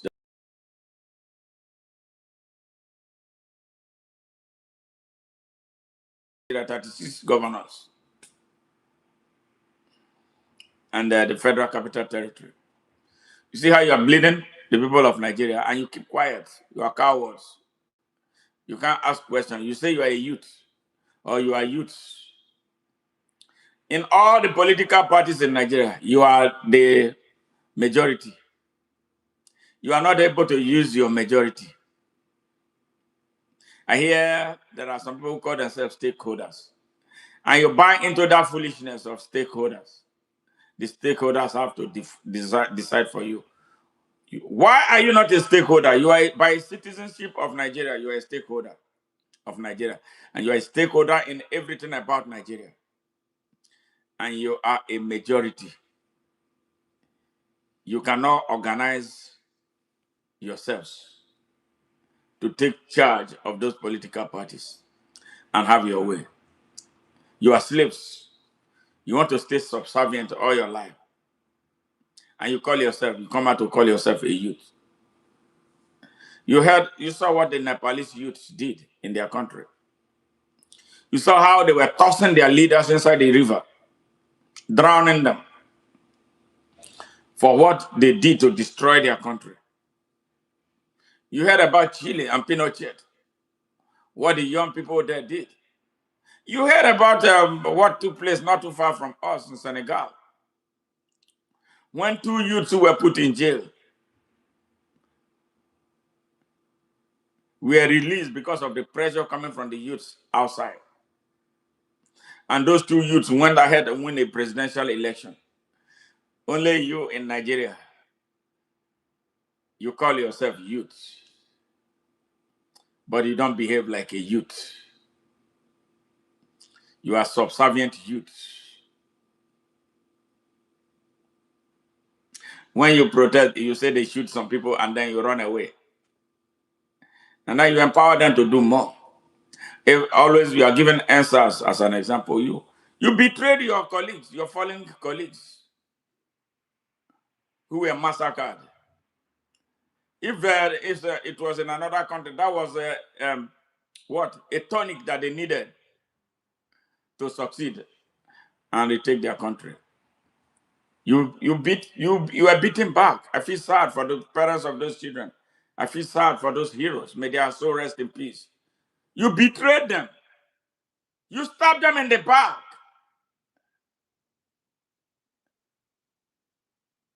And you call yourself a youth. You are not youths. You are not youths yet. You can be youths if you now wake up. Why are you in APC? Why are you in City Boys movement? Why are you joining ADC? Where we are in Nigeria now is not anymore about politics. It's about saving the country first. The country cannot be saved through APC. The country will never be saved through PDP. The country cannot be saved through ADC. Because when you look at ADC, what do you see? If you see what I see, then you will stop being a member of that ADC. You will now wake up. Yes, you will now wake up for your country. You will now wake up to say, look, I need my country. We are not doing that yet. Yes, because none of those platforms populated by corrupt people will lead Nigeria anywhere but doom. Did you hear me? That's what I'm saying. Yes, Nigeria will not be saved by APC, PDP, or ADC. Nigeria will be saved by the people of Nigeria. Put party aside. Organize. Join the Open Nigeria Now movement. I lead it. I invite you to join the Open Nigeria Now movement on Facebook. Just type in Open Nigeria Now movement. You see the Open Nigeria logo. We should build a movement of a critical mass of Nigerians who are patriotic and want a truly new country. We can't get anywhere with the arrangement that they have. Can you imagine? We are running away from terrorists and we are going to be putting ourselves in the hands of more terrorists. Rabbi Musa Kwankwaso, Isa Pantami, Abubakar Malami, Atiku Abubakar is a tacit supporter of terrorism in Nigeria. He may not speak, but it belongs to Miyeti Allah. Miyeti Allah is the umbrella Fulani terrorist organization in Nigeria.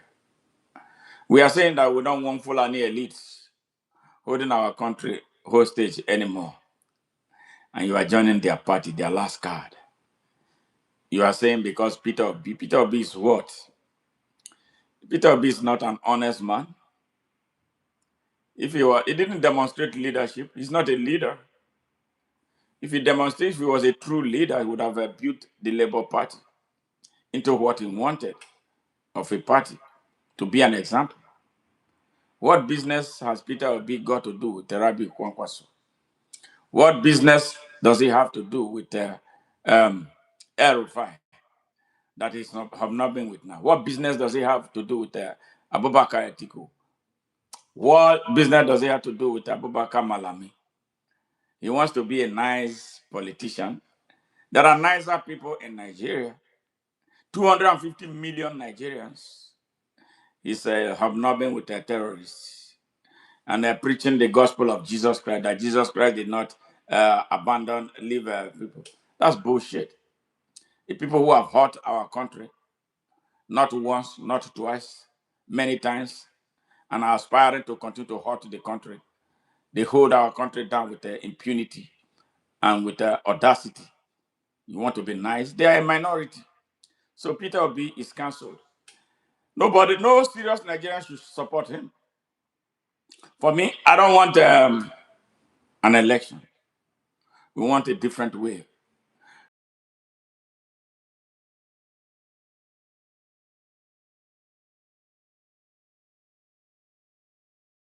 Nigeria is.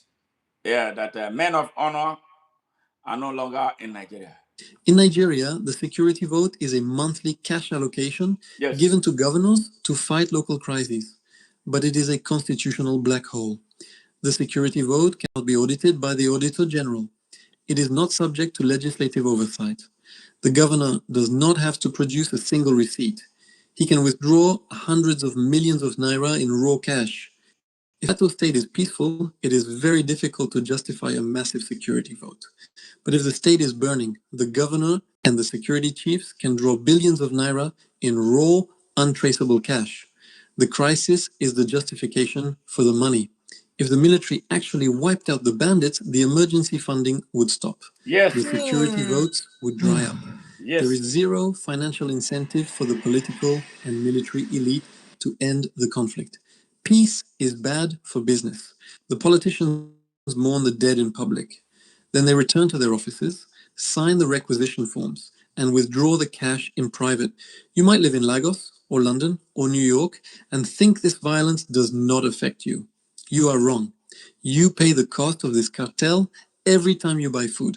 The Middle Belt, Plateau, Benue, Kaduna is the food basket of Nigeria. They grow the yams, the maize, the potatoes, and the tomatoes that feed the massive coastal cities. When the farmers of Bokos and Mangu are chased into refugee camps by the mining militias, the crops are not planted. The harvest rots. The supply of food to the southern markets collapses. When you walk into a market in Lagos and complain that the price of a bag of rice or a basket of tomatoes has tripled, you are not just feeling the effect of a weak naira. You're feeling the direct economic impact of the lithium cartel. You are paying the inflation tax of the violence. The syndicates extract the clean energy for the West, and they leave starvation and toxic waste in the Nigerian soil. We look at the breaking news alerts and we see chaos. We are told it is a tragic failure of security. We are told it is an ancient tribal hatred over cattle. It is not a failure. It is a highly efficient, highly profitable corporate supply chain. The violence is simply the first step in the manufacturing process of a global commodity. It clears the land. The Chinese syndicates dig the ore. The Nigerian military escorts the trucks. The customs cartel stamps the export papers. The politicians pocket the security votes. Oh my God. And the Western tech companies buy the clean, finished product. Every player in the system profits. The only entity that loses is the citizen. The next time you read a headline about a farmer-herder clash in a resource-rich state, do not look for the cows. Look for the excavators. Look for the shipping containers. Colonialism did not end. It just updated its technology. Yes, you had this. If you are a Nigerian, You can't say anymore that is you did not hear. He read it, I analyzed it, I broke it down for you. What does it do for you? Go home and introspect on this. If you are a Nigerian, seriously, go home and introspect on this. And a lot of most of the things he said are valid. The area I disagree with is the area of this tradition of cattle herding in Nigeria. It has to end. We are in the 21st century. No cattle should be seen on the streets of Nigeria or in the streets of Nigeria. No cattle should be seen in the highways of Nigeria. Cattle belong to the ranches. Those who are involved with cattle farming, they need to own their ranches right now.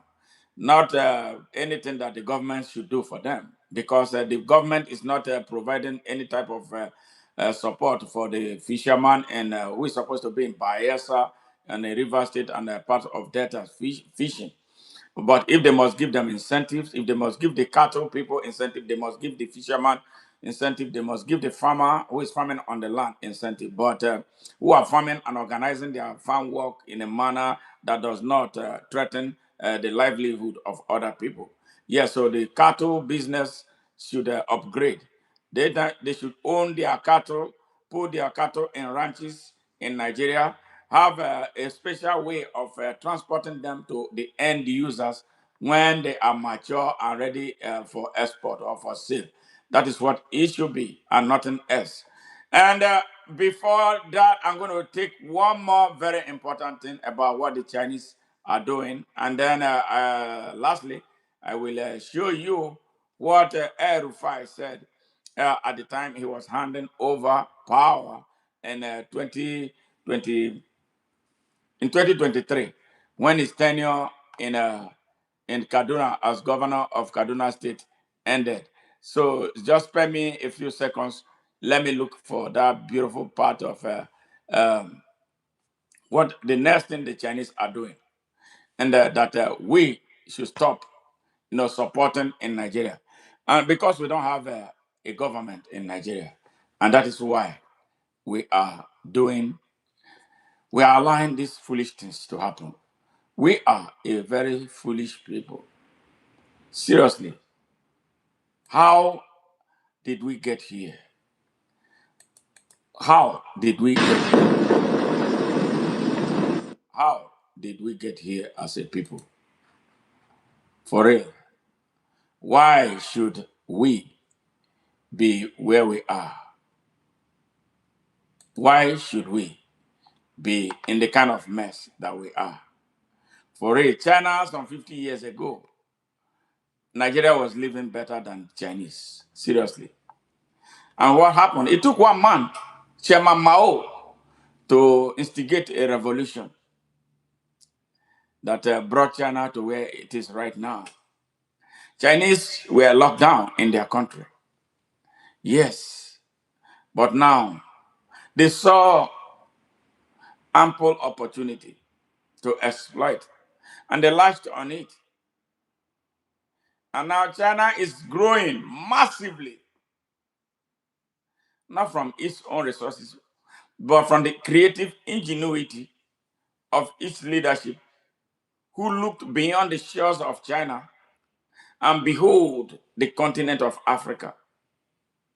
Yes, as the promised land that they need to grow and prosper and build their economy. And that is the reason there is a scramble for Africa. And that is the reason Africa is most likely to be recolonized unless we wake up and become the human beings that we ought to be. See what Chinese are doing with the palm oil. Yes, from Nigeria. Now, if you're a young Nigerian, because we have been accustomed, or we have been trained to believe that we cannot do anything for ourselves. We can't do anything by ourselves. I stand here to tell you, no, no. Every step that leads to greatness starts with a dream. It is not too late for us to start dreaming. We must stop. We must stop this export of raw material nonsense because it has not done us any good and is guaranteed to not do any good. It's a common sense economics. We must take care of our domestic needs. Very important. We must grow our small businesses. We must support our small businesses to grow in Nigeria. Any country that kills its small businesses is doomed. That is why Nigeria is on the canvas. Yes, that is why Nigeria is on the canvas. We kill, we don't build incentives because we don't have a capacity builders as leaders. We have criminals whose mission is to steal, kill, and destroy. And we celebrate them. We celebrate them with fanfare. We celebrate criminals. We celebrate evil. Now, for your attention, look at what Chinese are doing with Nigeria's palm oil. Watch.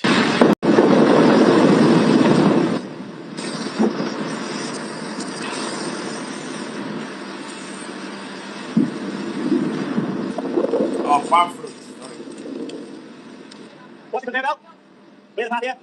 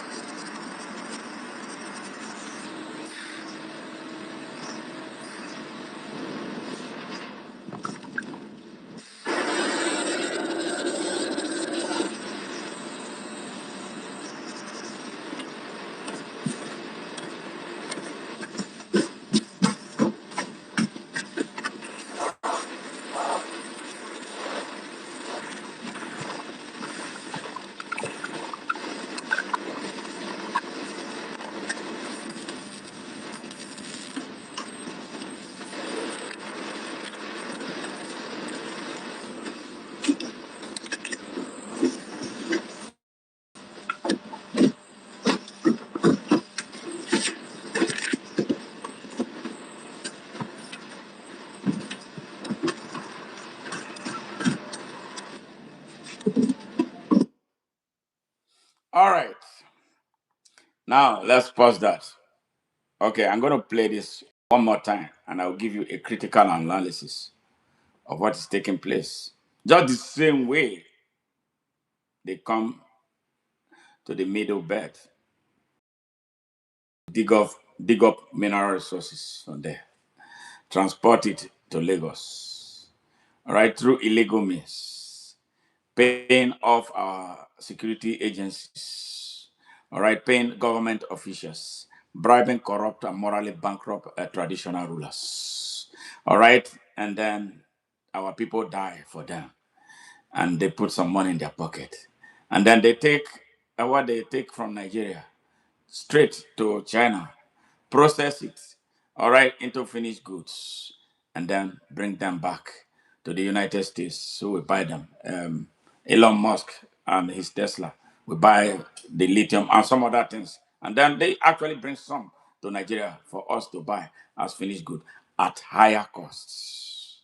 Yes, because we don't have brains leading Nigeria. We don't have patriots leading Nigeria. We don't have visionaries leading Nigeria. We have bandits as leaders. We have terrorists as leaders. We have gamblers as leaders. We have drug dealers as leaders. Those people can't lead us anywhere. We sacrifice the true leaders of Nigeria. Yes, we drive them away. We even kill them. We frustrate them. Some will leave and find somewhere else where they are appreciated. Why am I here? Yeah, that's part of the thing that happened to me. Yeah, 1991 Kano riot. You see this? That's the scar, lifetime scar that I got from Kano in 1991. Yes, they murdered my friend. They were trying to kill me too. Why? We are Nigerians, but we were not supposed to be in Kano. We were not supposed to be in Kano, and we're not supposed to be in Kano because we are not Muslims. How stupid the people think. So the same ideology is running down Nigeria, progressively and very violently too. Yes. So my own way of, I promised Nigeria was going to come back, but I didn't know it was going to be this way. So my own way of doing things is to expose the truth to the people of Nigeria. If you like, you listen. I've been speaking to you since the past 10, 15 years. You have not been listening. And the country has gone progressively worse. And it's going to get worse unless we wake up now. What do we do? Now we start asking ourselves questions. When you elect someone, what do you expect of him?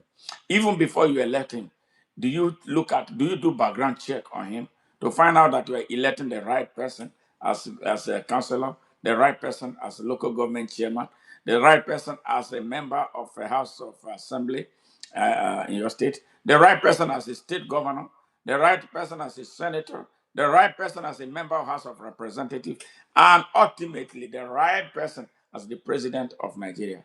And then when you look elsewhere, that's the leadership part. Okay, when you look at the strategic institutions of Nigeria, the military, the police, the DSS, who are those driving them? Are they patriots?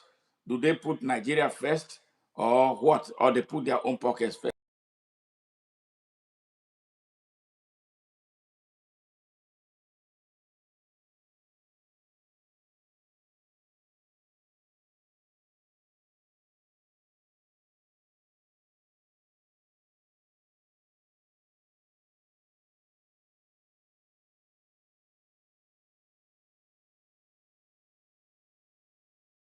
Of leaders in Nigeria, so that we will not have idiots, we don't have criminals as leaders the way it is right now.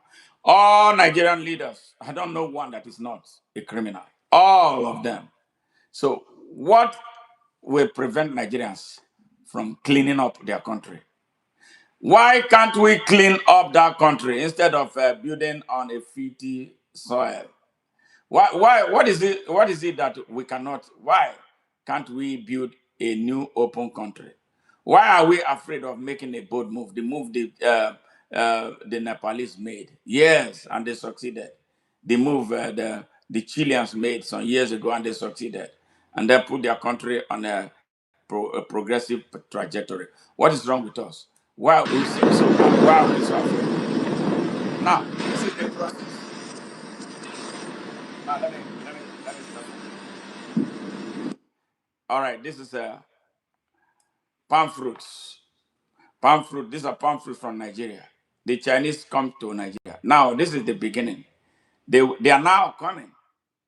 They already taking the seeds of the palm fruits. They are studying it. I'm sure they are planting it. Very soon, they will start growing theirs, and they will not need Nigerian palm fruits anymore. Watch and see this. So the Chinese will come. They come into Nigeria, go to villages and buy the palm bunches, transport them to China, put them in their factory. Yes, put them in their factories. Now, this is what these people don't own. They don't have it in their country, but we have it. What did they do? They crafted an engineering plant to process it.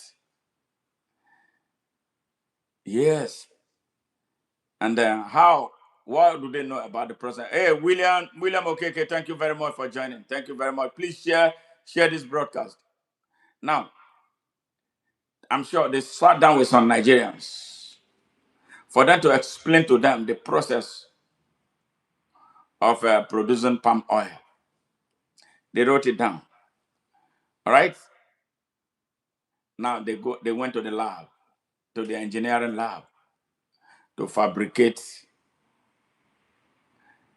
an engineering design, or to create an engineering design that led to this huge heavy duty machinery that they are using. All right. We don't have it. So, but we train engineers in our universities. But stupid leadership in Nigeria that does not believe in investing in the future of Nigeria will not bring these boys. Found the research to support the creativity. Nigerians are a very creative people, naturally. We are a very creative people. We are a very ingenious people. All you need to do for Nigeria, give him a little push. But the leadership in Nigeria, the corrupt leadership in Nigeria, the blind leadership of Nigeria will not do that. They prefer to steal and make everybody poor so that they'll be able to continue to control them. The Chinese government realized that the best way to build a country, like America did a long time ago, was to invest in the young people, invest in the people of the country. So they invested in their young people. They invested in their creativity. Yes, they invested in their ingenuity to get them to the point where they are. All you need to do is to show a Chinese one thing once, and it's going to make something out of it. So that's how they built this factory.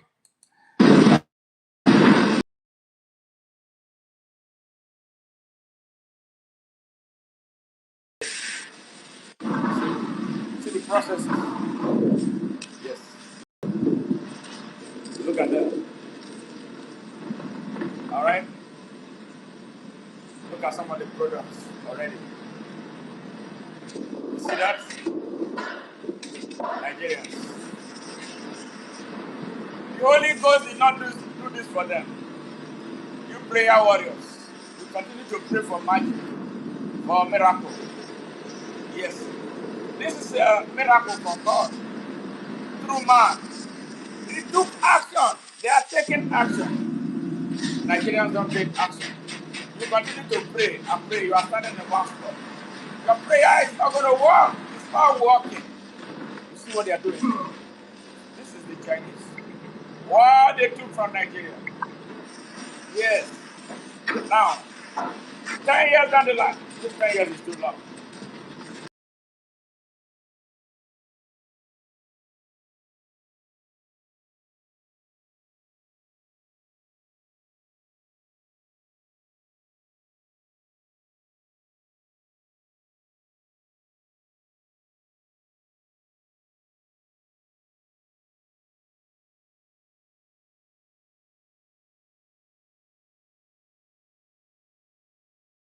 We shall stand. I am mandate. We shall stand. I am mandate. No, I can't say it. Bastard. Bastard mandate. That Nigerians are standing. Yes. Yes. In Delta they call Okawa. Okawa is their God. Okowa stole you blind. Yes, and you are still following him. Look at. You see where it is? See, it's coming. Different products from one palm fruit. Yes. Are you seeing it, Nigerians? Can you see? Yes. This for you. You see? You see the assembly plant? Nigerian palm fruits becoming different type of things. Over 10 products. Have you seen how many products that you have seen coming out of that, those palm fruits? Nigerians, Africans, what is it? Who did this to us? Palm oil ready for export to Nigeria. And Nigerians will gladly buy them. They will gladly buy them. Yes. Get angry. Because that's what I want you to do. I want Nigerians to get angry. Are you not tired? Are you not tired, Nigerians? For real? Are you not tired? Are you not tired?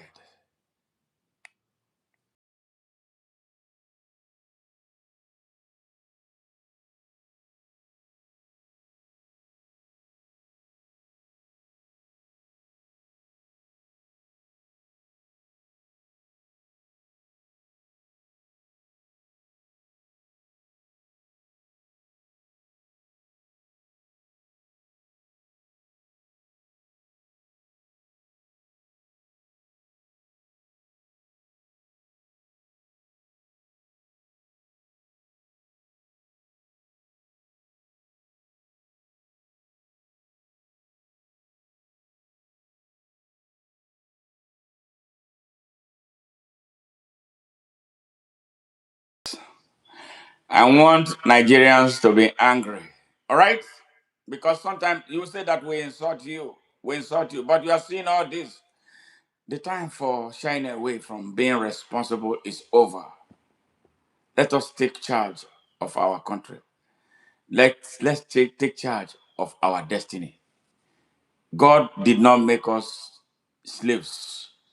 God did not make us to be idiots. We kept we chose to be what we are, not by the design of the Almighty God. God did not design us to be subservient. God did not design us to be the lesser people that we have chosen to be. If anything, we were the first. We were the original men of God. The African was the first man, and the only thing that the Almighty God put his hand, the man, when he say man, that he put his hand together to build, to make, to create, and breathed into him. It's God. When he said the contract between God and the Almighty God and man was a contract between him and the black man. We're the first, and the first civilization. Yes, so what happened to us? And we have so much in our country. We have so much in our continent.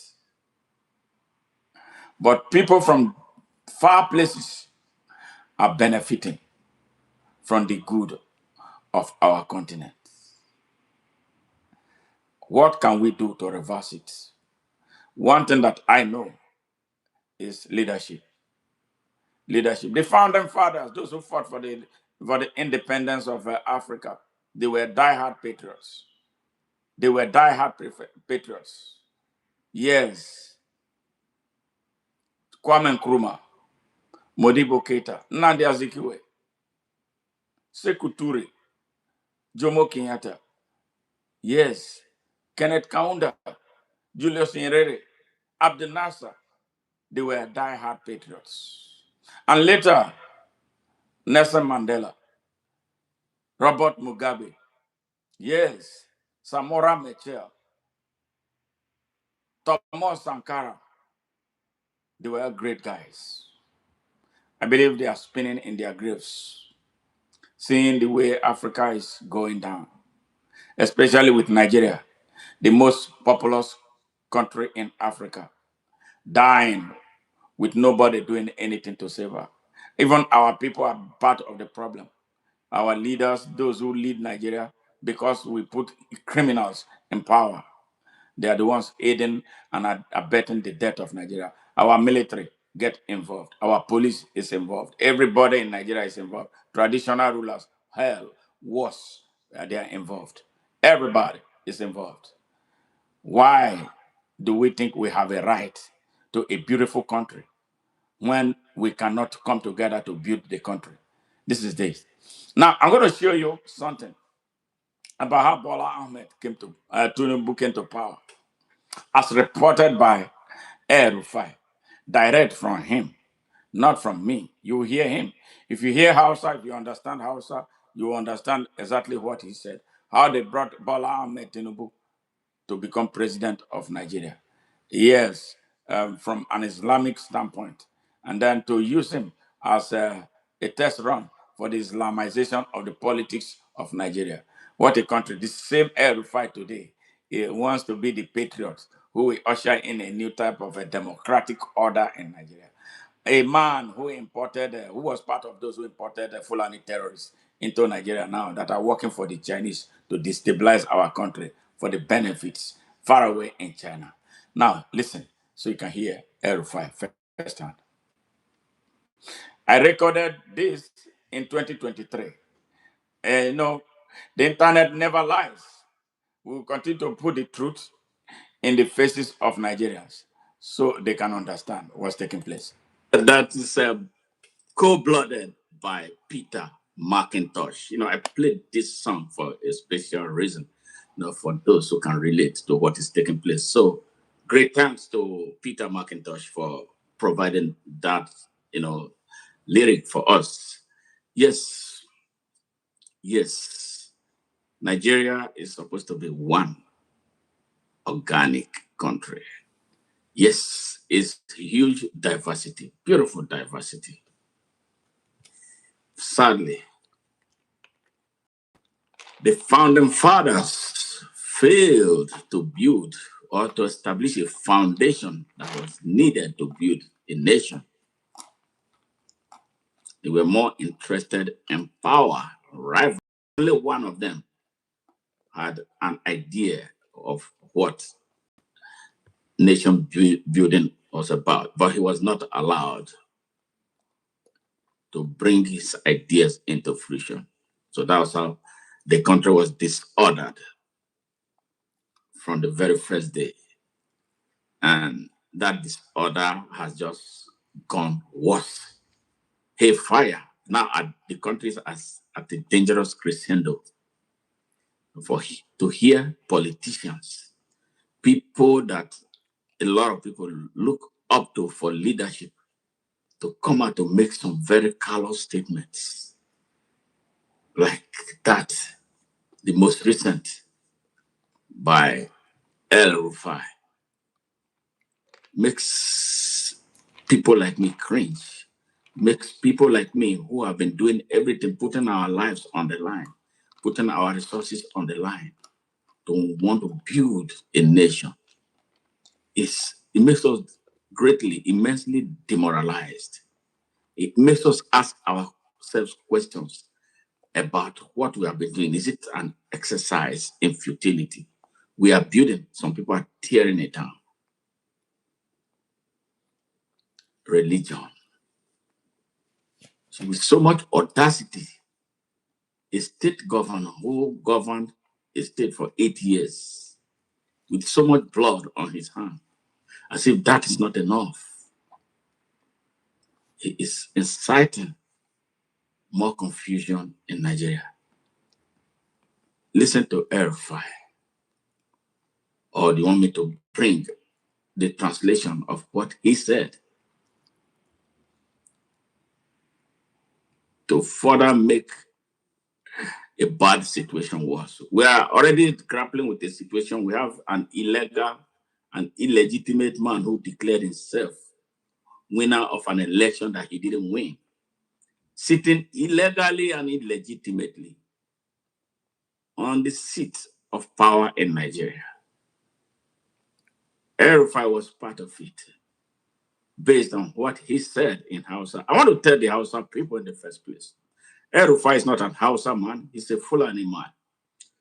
But he uses the Hausa language to mislead the vast majority of poor people in the north of Nigeria and Nigerians in general. Why is he not speaking Fufude?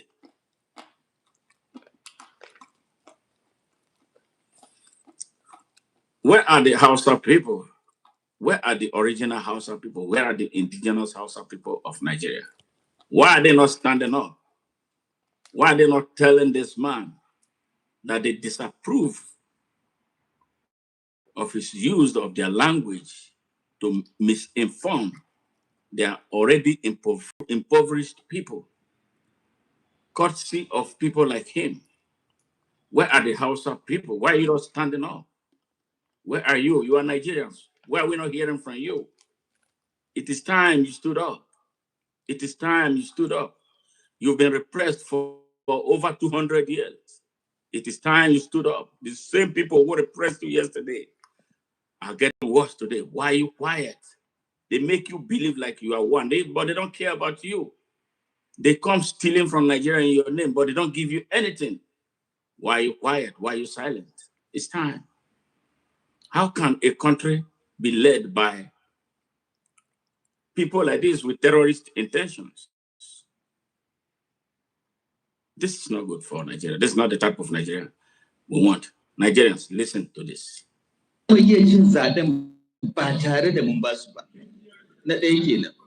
Wannan siyasa ne, so kake ka ci zabe. Kana neman mutanen da za su zabe ka. Mun tsaya mun duba tun da aka fara demokradiyya mun duba inda muke cin zabe da inda ba ma ci. Mun yi wannan lissafi a siyasance kenan. Amma na biyu abin da muka so mu nuna, kuma cikin shekara 4 na alhamdulillah mun nuna shine gwamnati wanda gwamna musulmi ne, mataimakiyar gwamna musulmi ne, SSG musulmi, chief of staff musulmi, kwamishinan kuɗi musulmi, ba zai cuci Krista ba a Kaduna. You see them saying Allahu Akbar, right? Kuma duk inda muka je muna gaya musu, haka ne. Duk saman gwamnati mu musulmi ne, amma guda ɗaya a jihar Kaduna da zai fito ya ce an zalunce shi ba ba shi hakkinsa ba. Akwai gundumar da ba mu gyara makaranta ba, akwai gundumar da ba mu yi asibiti ba, akwai inda ba mu je mun yi hanyoyi ba, akwai inda ba mu taimaki manoma ba ko sun zaɓe mu ko ba su zaɓe mu ba, mun ba kuwa hakkinsu. Of course, Kubau sun fi zaɓen mu, saboda haka zan je Kubau in ɗan ƙara musu wani abu. Domin sun zaɓe mu, abinda zan ba Jaba zan ƙara ma Kubau, tunda Jaba ba su zaɓe mu ba, amma mun ba su hakkinsu. Kuma abinda ku limamai da ulama kuka koya mana kenan. Shugabancin musulunci na adalci ne. Annabi sallallahu alaihi wasallam da sahabbai ya zauna da wayanda ba musulmi ba, da Yahudawa, da Kirista, da wayanda ma kafirai ne, amma suna ce mishi amin don yi musu adalci. Sayyidina Abubakar, Umar, Uthman, Ali, dukkansu sun yi musu adalci. Ba wanda zai ce don shi ba musulmi ba ne an take hakkinsa, sai dai dama wanda ya fi son ka za ka ɗan ƙara mishi, amma ba za ka ɗauki hakkin ba. Kullum ina tambayar su, ko da muka je muna kamfen wannan zaɓen, suka ce kaza in ce gaskiya ne, muna neman wanda za su yi aiki ne, ba mu duba addinin. Of course muna duba addini, amma ba zan faɗa haka ba. Suna duba addini. Amma abin da nake tambaya, wa aka zalunta? Ka tashi ka gaya mana in gwamnatin nan ta zalunce ka. Ba ansa.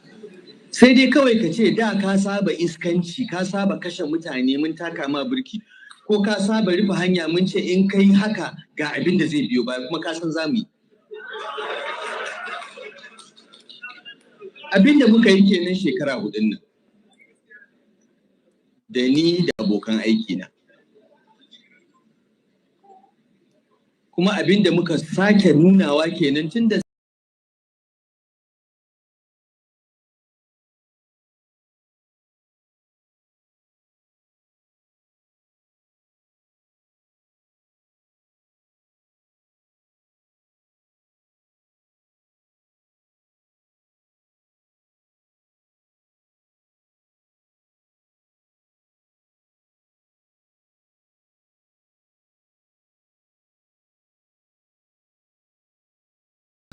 kwanta gida ba su ma fito ba.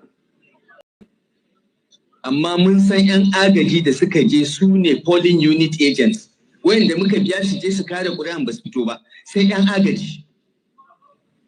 Saboda haka mun sani kuma mun gode, Allah ya saka muku da alheri, kuma yadda kuka jajirce kuka ba mu goyon baya, don Allah don Annabi ina roƙon ku ƙara jajircewa domin a ba Sanata Obasani goyon baya in ya gama wannan shekara hudun ya sake, sannan mu ci gaba mu nuna ma mutane cewa shugabancin musulunci bai nuna bambanci, amma baya son izgili, baya son rashin mutunci. Abinda kawai muke so mu nuna ke, kuma mun fara amma ba a gama ba, sai an kaman shekara 20 ana haka sai kowa ya gane. Saboda ka bayan uba ya gama ya sake 16 ko sai a sake wani shekara 24 sai kowa ya ce okay mun gane, mun san matsayinmu, kuma mun san musulmin nan ba za su cuce mu ba, shikenan sai an zauna lafiya. Wallahi tallahi abinda muka fara tsari kenan tun da muka fito muna neman shugabancin, kuma da taimakon Allah da addu'o'inku da jajircewanku muna kan hanya. Allah ya saka muku da alheri. Now, an yi maganganu da yawa kan gwamnatin tarayya. Gaskiya ne abinda Professor Akintola ya faɗa, mu muka yi shawara, mu gwamnonin Arewa APC, muka ce mulki ya koma kudu, domin alkawarin da aka yi kenan, alkawarin baki ne, amma alkawari ko na baki ko na rubuce Allah ya sani. Da muka ga wasu suna kulle-kulle cewa mulki ya tsaya Arewa, muka ce ba mu yadda ba, mu ba haka muke ba, mu musulmi ne, mu mutanen Arewa ne, muna da al'adunmu, ba za mu yi alkawari ko cikin duhu ba ne mu dawo mu ce ba a yi ba. Muka ce ba mu yadda ba. Mataki na farko kenan. Mataki na biyu, da aka yadda da haka ko kuma suka gaba sarki sai Allah suka bari, mu muka tsaya cikinmu, muka tsaya muka ce to waye in muka zaɓe shi na farko yana da ƙarfin ya ci zaɓe, na biyu za mu fara maganin siyasan addini da ƙabilanci a ƙasar nan. Muka yi shawara muka ce Asiwaju za mu yi. Lokacin da muka yi shawara za mu bi Asiwaju, ni ban shiri da shi. Muna faɗa. Hey, liar. This guy is the most dangerous terrorist. Professor Akintola ya zo da shugabanninsu daga Lagos. Suka ce ga tunaninsu suna so idan mulki ya dawo kudu, tunda mun tsaya mun ce mulki ya dawo kudu, sun ji daɗin haka. Su Yarabawa na Southwest. Yarabawa, all right, that's Yoruba. Suna da matsala. Yes. Musulminsu in ya fito zai nemi shugabanci sai ya ce ba dama ya nema domin. Let me pause this. Yeah, what is saying there? Akintola, Ishaq Akintola is a Muslim cleric, just another crazy man from Yoruba land. You know, he said he called him, and they wanted him to have a discussion around Bola Ahmed Tinubu's presidential ambition. At the time, he was not talking, El-Rufai was not talking to Bola Ahmed Tinubu at the best. Definitely, they had something to grind, you know. And then, on the second thought, he decided to give a listening ear. Yes. And now he's defending the Yoruba Muslims, that Yoruba Muslims are good Muslims. Yeah, that's what he's saying. They're Muslims. So, yeah, it's good. All right? So they can work with them. Let's continue. This little rat is the most dangerous Fulani coming out from that north of Nigeria. And that is why those who celebrate him, you are idiots. All of you who celebrate this bastard, who imported Fulani terrorists to kill our people in Nigeria, You are all bastards. And he had a problem with them. That was why they focused on Kaduna at the time, towards the end of his tenure. He was having a running battle because he had money that they were supposed to be paid. He did not pay them that money. That was why they derailed a whole train in Kaduna, and they started kidnapping the people, Nigerians in Kaduna, with reckless abandon. This guy knows so much. And he's a serpent, just the same way Sanusi Lamido is. Yes, then Erufai. The trio are no good for Nigeria. Forget about Sanusi. He will come and tell and talk like a good human being. But what is behind that man is horrible. Ask Sanusi Lamido why he ran away to Sudan when Abacha was looking for him, when they killed Gideon Kaluka in Kano. All right, you need to.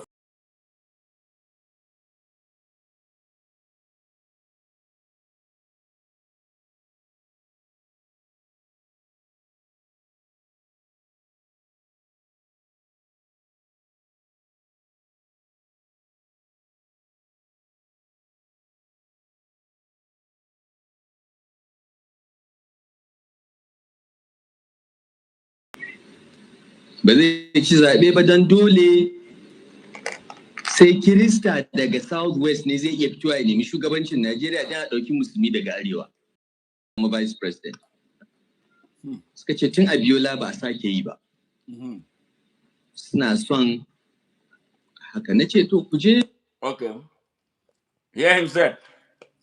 Remember Abiola? He ran for the president of Nigeria with Kingibe as a vice president. Kingibe was a Muslim. Not because I care. I'm just talking about it because of the argument he's bringing up here. That when Isaac Akintola approached him, he said they wanted Bola Ahmed Tinubu, a Muslim.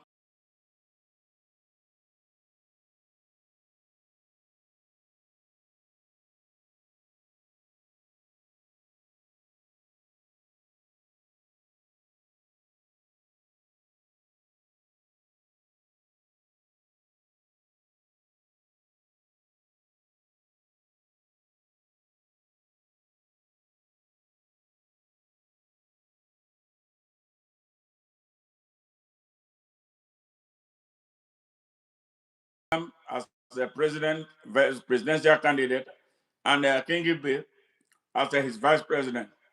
And it didn't. That wasn't a motto, a problem. This happened. This happened. So you see the origin of the Muslim ticket that I don't care about. I really don't care because I believe in Nigeria. All I wanted was a Nigerian, and not a Muslim ticket. I don't believe in religion. I don't care about religion. The two religions that are hurting Nigeria are foreign economic religion, loaded with politics that have devalued Nigeria and the Nigerian people. I don't give a damn about religion. Hear him. Ku kawo mana wanda za mu bi. Ya ce a Siyaju na ce ba ma shiri da shi. Ya ce ku shirya don addinin Musulunci. Na ce za mu shirya. To muka fito aka yi haka a Siyaju ya samu tiket. Kuma da ya samu mun san ba yadda zai yi. Babu yadda zai yi in ya samu tiket dole ya ɗauki musulmi mataimakinsa. In ba haka ba zai ci zaɓe ba. Kamar yadda na ce siyasa sai ka tsaya kayan lissafin ka ba wani maganan tunanin haka. To Allah subhanahu wata'ala ya ga zuciyarmu kuma wallahi mu da muka tsaya muka yi wallahi ba don kanmu muka yi ba ni dai na san ni da gwamnan Zamfara Bello Matawalle ba don muna son wani abu muka yi ba. Kila sauran suna son wani abu amma wallahi ni da Bello Matawalle mun ce kawai a yi haka don a yi maganin wannan matsalan na addini. Sannan musulmin Southwest su ma mu ba su sense of belonging su shugabancin nan. To Allah duk da taron dangin da aka yi.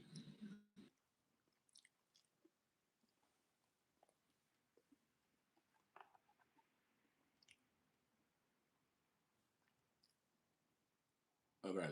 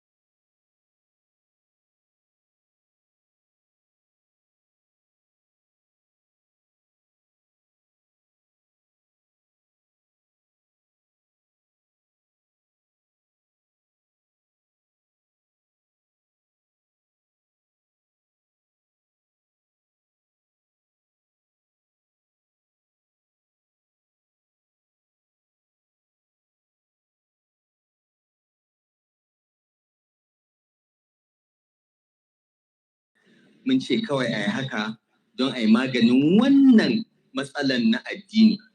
Sannan musulmin Southwest su ma mu ba su sense of belonging, su shugabancin nan.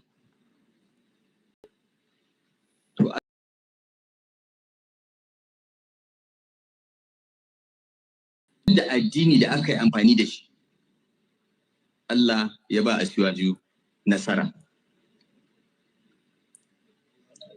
Abinda muka samu muka yi a Kaduna yanzu an yi shi a ƙasa gaba ɗaya. Babu wani makaryaci da zai zo ya ce zai fito ya ce shi zai yi siyasa na Kiristanci ya ci zaɓe. Peter Obi ya yi ga inda yake. An yi maganin wannan, dole suka yi shuru. Tun da Asiwaju ya ci zaɓe kan tsit. To da haka ne za a samu zaman lafiya a ƙasar nan. To aka ƙara sai komi sai ya. Wallahi abinda muka yi kenan. Kuma ni da wasu daga cikinmu mu a ganinmu mun gama aikin. Asiwaju ya ci zaɓe mun gama aiki. Roƙon da muke muku shine a yi masa addu'a. Ya samu mutane na kirki ya aiki da su. Duk maganganun da ake mukami wannan ko wannan a bani wannan ko wannan, addu'a na ɗaya ne. Allah ya mana zaɓin alheri. Kuma a taimake mu da wannan addu'a. Ni ba na son wani mukami. Abinda zan so in koma, in huta, in gama karatuna. Sannan yadda uba ya ta ‘yan buga-buga ya tara kudi, ni ina kallon shi, ni ma in ɗan samu nawa.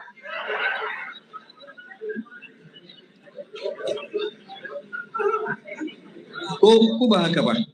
To amma Allah ya zaɓin alheri. Idan Asiwaju ya neme ni ya ce mu yi aiki tare kuma na ga cewa aikin zai taimake shi, zai taimake ƙasa, ba zan ƙi ba. Amma ni ban iya neman aiki ba. Tun da na gama NYC na nemi aiki sau ɗaya a rayuwa na ban taɓa neman aiki ba. Sai dai aikin ya neme ni. Saboda haka Allah ya mana zaɓin alheri. Na gode da aka yi min wannan walima. Ina fata in Allah ya ba mu rai da lafiya shekara 8 masu zuwa za mu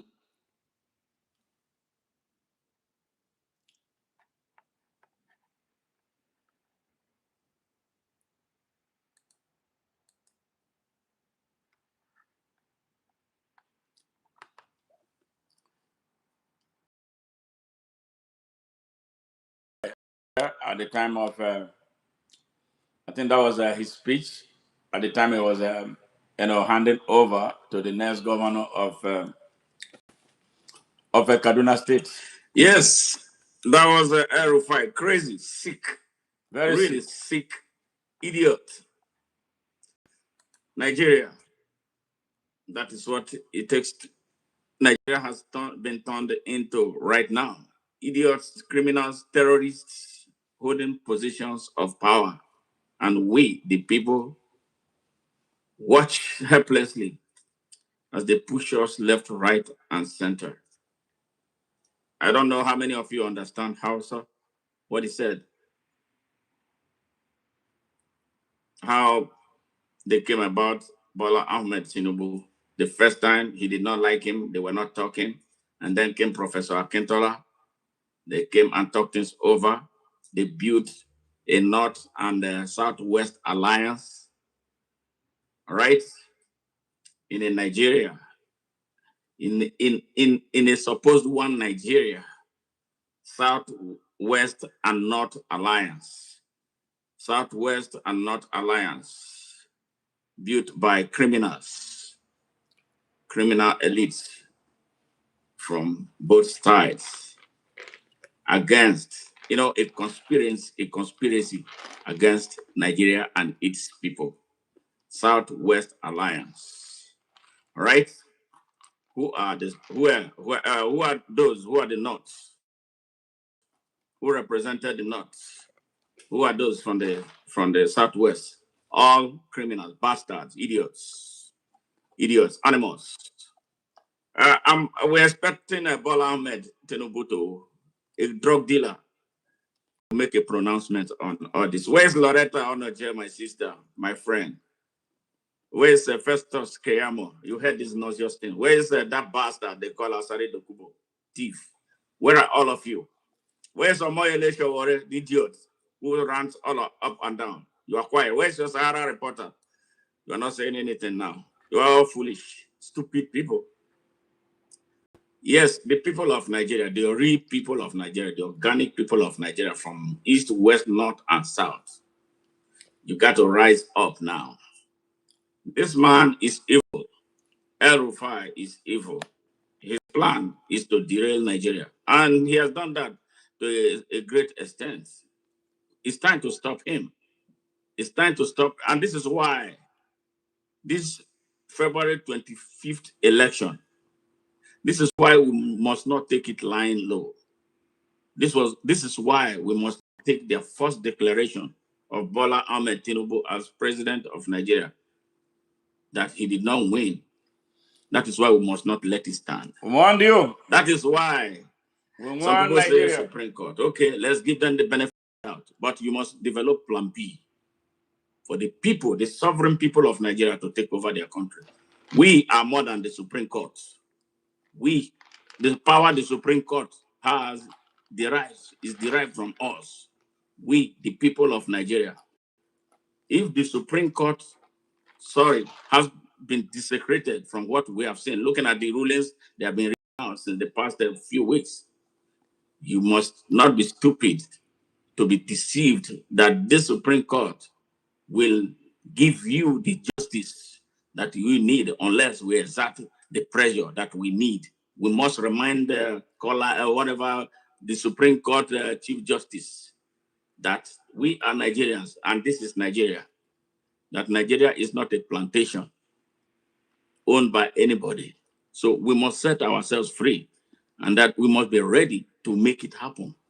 God is watching us. Africa is watching us. How dare a terrorist commander come and be giving Nigerians a marching order? Just listen to the translation, the full translation of what is happening right now. All right. El Rufai declares a jihad in Nigeria. Mr. Nasiru El Rufai, the immediate past governor of Kaduna State, one of the alleged masterminds of Boko Haram in Nigeria, known for his unbridled arrogance, insensitivity, and incentivity, has declared a jihad on Nigeria. Nasir El Rufai is an insensitive, pathologically arrogant, utterly disrespectful, and grossly corrupt and irresponsible Fulani elite, driven by a growing offensive Fulani nationalist ideology in Nigeria, has superintended with so much blood on his hands the state of Kaduna for 8 years as executive governor. And under his atrocious rule, thousands of non-Fulani villagers were murdered in cold blood in nightly raids of their villages by some cowardly Fulani militias, allegedly imported into Nigeria for a far-reaching Syria genocidal mission that has expanded to Kogi, Zamfara, Benue, Plateau, and Niger states.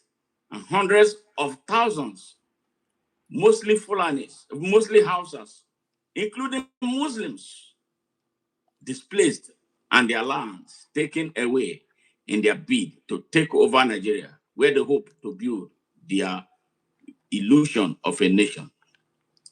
It is noteworthy for the reader and listener that some of the elites of the Fulani tribe, which is a minority tribe in the north of Nigeria, like the French elites in their odious colonial assault on parts of Africa, adopted the policy of assimilation, with which they brought via brute subjugation, especially the Hausa tribe, effectively under their rule, and in effect adopted Hausa language as their official language to give the Hausas a false sense of belonging, using the combination of the Islamic religion and the deceptive one not slogan as a vehicle.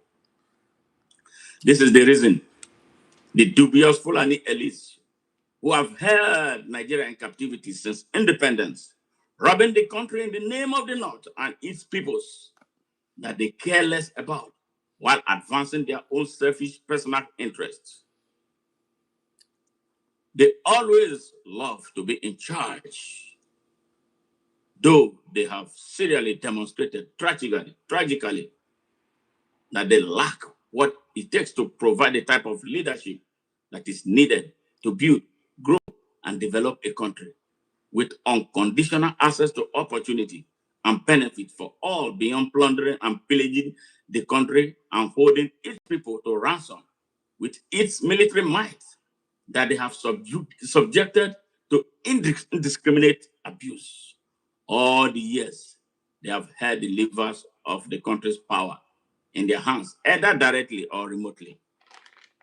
This is the reason they want Bola Ahmed Tinubu, a demented drug baron, fraudster, and a sick moral felon, so badly on the presidential seat as a brief holder with his terrorist pair that they position to take over when they knock him out of the way for them to take Nigeria for keep so they can drive all of its citizens who would refuse to be ruled under their Jim Crow system away like they did in Mauritania and they are doing in Mali with Sudan already on fire. It is clear now that the APC is a terrorist organization fronted as a political party in Nigeria that we must be very careful about. Below is the English translation of El Rufai's speech at a gathering in Kaduna a few days ago. El Rufai disclosed that Islamic government and jihad has been inaugurated in Kaduna during his tenure to promote Islam and to wage war against Christians of southern Kaduna until they surrender to Islamic rule and accept Islamic rulership as a way of life. After a few more tenures of Muslim rulers in Kaduna State, the Christian of southern Kaduna will be dealt with continuously until they surrender without further resistance to Hausa Fulani rule. I correct that. There's nothing like a Hausa Fulani rule. It's Fulani. There are some crazy Fulani elements. The Hausas are victims. The Hausas are those who are being killed and murdered every day. The Hausas are part of those who have been displaced. So this fucking stupid Hausa Fulani race does not exist.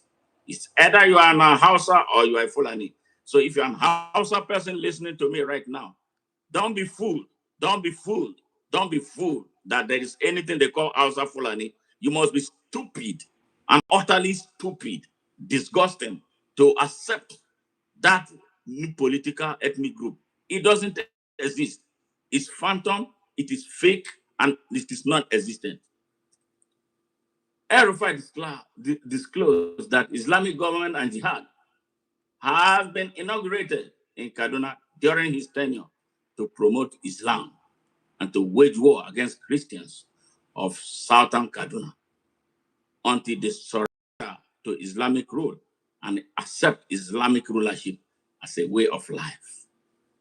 After a few more tenures of Muslim rulers in Kaduna State, the Christian of southern Kaduna will be dealt with continuously until they surrender without further resistance to Fulani rule in the state. He also said the idea of Asiwaju Bola Tinubu, Asi saying, it's a backward man, Asi saying was agreed upon by him. Yes, him and Muslim colleagues in the north to pave the way towards inauguration of permanent Islamic rule in Nigeria. God forbid. God forbid. There will be Nigerian rule. There will be no Islamic rule. There will be no Christian rule. The only people with the authority to rule Nigeria are Nigerians. We don't care about your religion. Swallow your religion, put it in the pocket. And I want to remind El Rufai and idiots like him who are thinking the way he's thinking that we are in the 21st century. We are not in the era of 1804. There will be no jihad in Nigeria. Any criminal, any crazy person like El-Rufai and his gangsters, they should swallow any idea of jihad in Nigeria because it's not going to happen. It will not. Now, Nigerians, you heard, you are in APC, yeah? Some of you idiots in APC from across Nigeria, you heard El-Rufai, right? You heard him. You heard him loud and clear, unambiguous. Where are you? We are not hearing from you. Why are you quiet? All over Nigeria, north, east, west, and south. Where are you? You are in APC. You are an idiot in APC. Look at it. A huge chieftain of APC said this. Where are my boy? Where's my boy? Who is carrying APC on his head? Where are you? Did you hear this? Loretta Onoche, where are you? Where are you? You became a Fulani by force. Where are you? You got what you wanted. You got the position. We're not hearing much about you anymore. Where are you? Loretta, I'm calling you out. Where are you? Did you hear El-Rufai? You are close to El-Rufai, right? You heard him. He hates you, but you love him more than he hates you. Yes, El-Rufai is your man. Where are you, Loretta? I want to hear from you. I'm calling you out. I'm calling you. I'm challenging you, Loretta Onoche. Where are you? That's El-Rufai, what he said. If it's someone, you were insulting Hannes Ndigbo the other day, some couple of years ago. You were the one who created the slogan they call Biabaya fraud. Those are all your works. Where are you now? It's time for you, or you permanently hold your peace. If you cannot come out openly to say something about this, you better shut up and not say anything. Loretta, I'm talking to you. This is smart. You know me. You and I were close, very close, but you're a disappointment. Where are you? You got a position right now, right?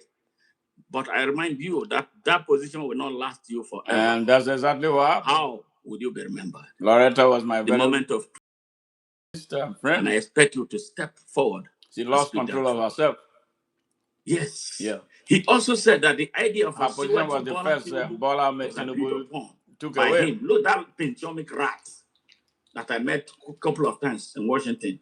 That rat, El-Rufai, and his Muslim colleagues in the north to pave the way towards the inauguration of a permanent Islamic rule in Nigeria through an Islamic alliance between the Muslims from the north and Muslims from the southwest.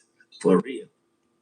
Muslims from the north and Muslims from the southwest. Nigerians, wow. you hear it, right? Really, in an alliance. That is ADC. Country. You ADC member, you hear it, El-Rufai. A country that is supposed to have access to opportunity for all of us. A country that is supposed to be sovereign. Yes. With a distinct territorial space. Yes. A country where we all are supposed to be citizens. You want to rule us with an Islamic injunction. That can happen. That is not going to happen. Never. It's not going to ever happen. Yes. You've been silent for too long. You're a young man from Nigeria, young girl from Nigeria, who think the moment we are in is a joke. It's time for you to sit up right now. Absolutely. If you are a true Muslim, like I know some are very good Muslims, it's time for you to stand up for your country. No country is run this way.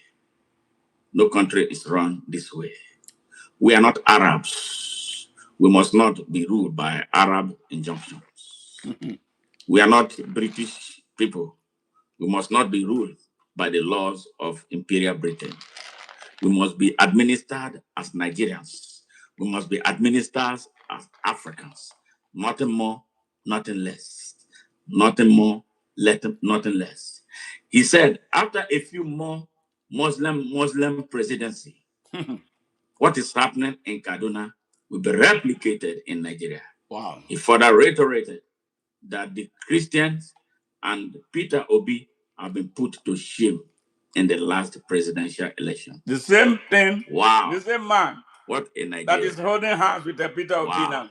Peter Obi. What a country. Peter Obi. So if you're listening to me right now, Peter Obi.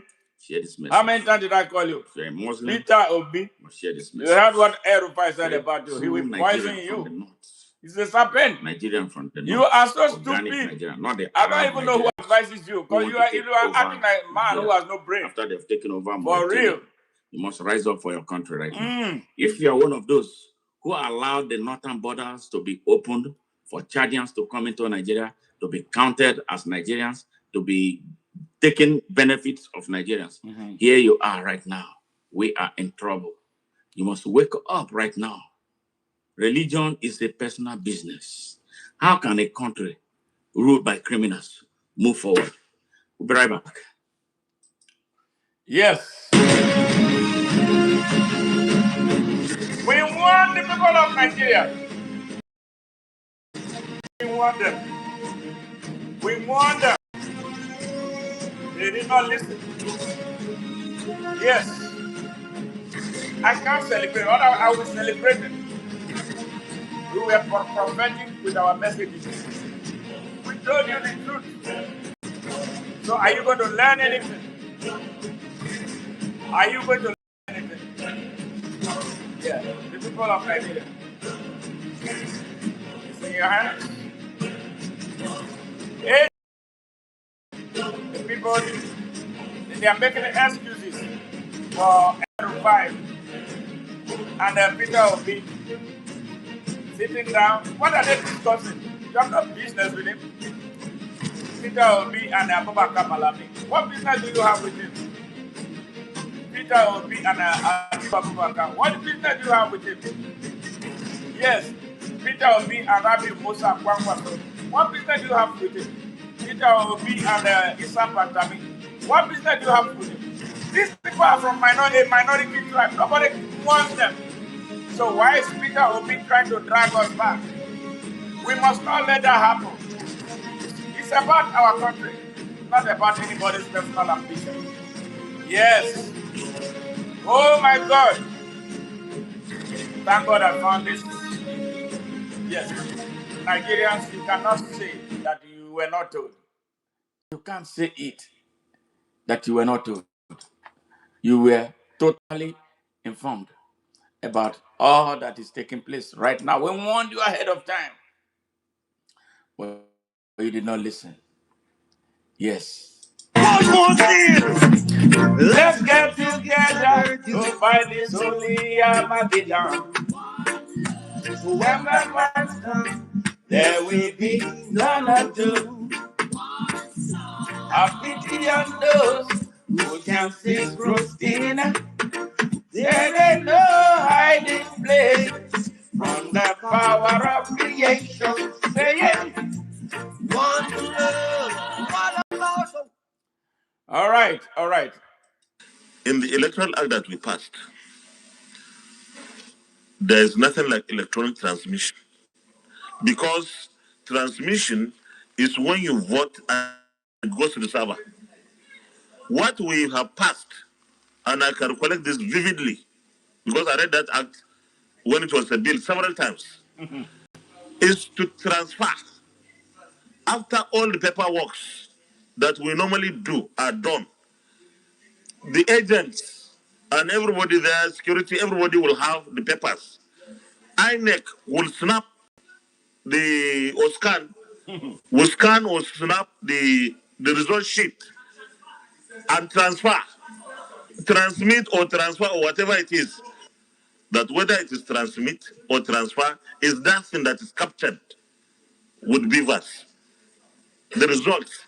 And for me, my understanding is if any result that was captured and sent differs from something gotten somewhere, that one is illegal. And only the courts, it's not us here that can do. So we urge INEC to follow Nigeria, the Electoral Act. And for me, my understanding is if any result that was captured and sent differs from something gotten somewhere, that one is illegal. It's not us here that can do. So we urge INEC to follow the Electoral Act and other laws or their guidelines. That's all.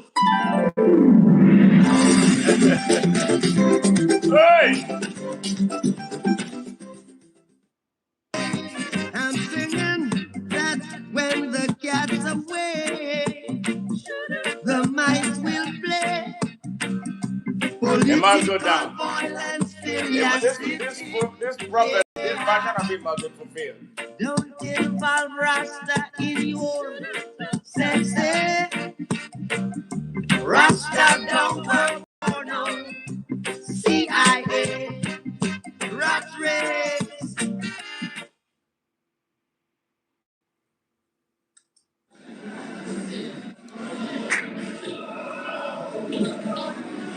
Thank you.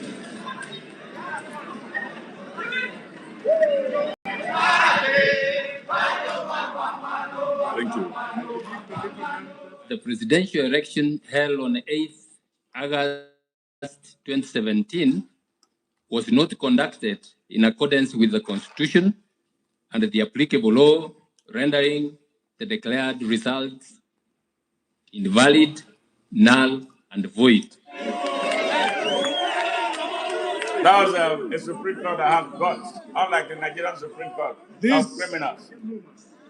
Indeed, is a very historic day for the people of Kenya, and by extension, for the people of the continent of Africa. That was Raila Odinga. Yes. Yes, the uphill task before the Supreme Court of Nigeria. They deliver. They will deliver to those who pay them. And they did exactly Nigerians that. develop a plan B. Yes, we need a plan B. Sadly, Peter Obi let us down. As sovereign people. Yes. He was telling us to pray. We will not, and we must not. Yes. Allow a court that we built to, out of corruption, plunge our country into a constitutional crisis. On this note, let me seize this opportunity to respond to a story emanating from a section of the media that the Commission has decided to jettison the uploading of polling unit level results in real time on election day. It should please be disregarded as fake news. The Commission will upload polling unit level results, and citizens will have access to those results in real time as we upload to the polling units. Wow. This innovation was introduced by the Commission. The Commission cannot turn around and undermine itself. So this technology has come to stay. We'll upload polling unit level results from the polling unit. Citizens will have the right to view these results. After all, who are we serving? The citizens. How can we deprive citizens from access to the results of the process conducted by them at the level of polling units? So I welcome you to the Commission. I want to assure you and reassure you that the 2023 general election is going to be our best ever elections. We are committed, and that the votes cast by Nigerians will determine the outcome of elections. Nothing more, nothing less. That's what he said. But what happened? What happened? The election that the people organized, they did not get the result. We need to know what happened to that result. Yes. So what happened? We deserve an answer, and we seek an answer. I believe we have a right to those answers.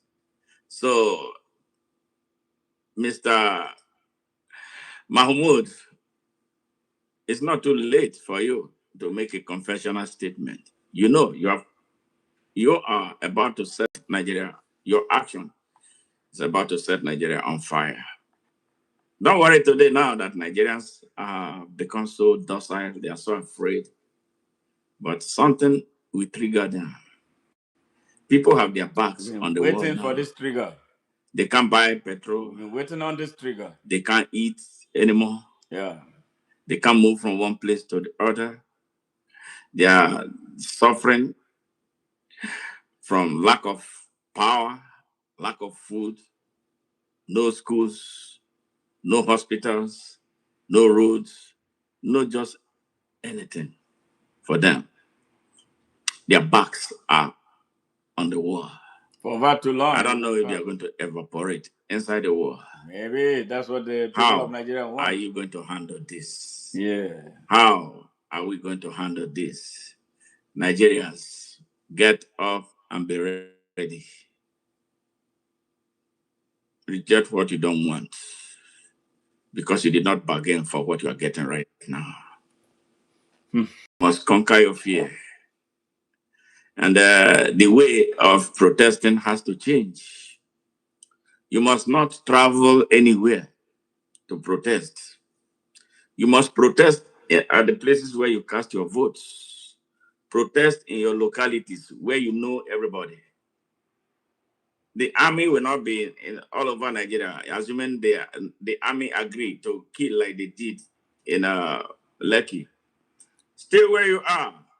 So when you are in trouble, you get hungry, you can run into your house, get some food, and get back on the street. Sustain this action. Those who live in Lagos, sustain action in Lagos. Those who live in Abuja, come out in Abuja. You know the terrain. Those who live in Benin, come out. Those who live at Agbo, come to Agbo. Those who live in my own town at Abavu, come out at Abavu. Take charge of everything. The Babylon in Nigeria will fall.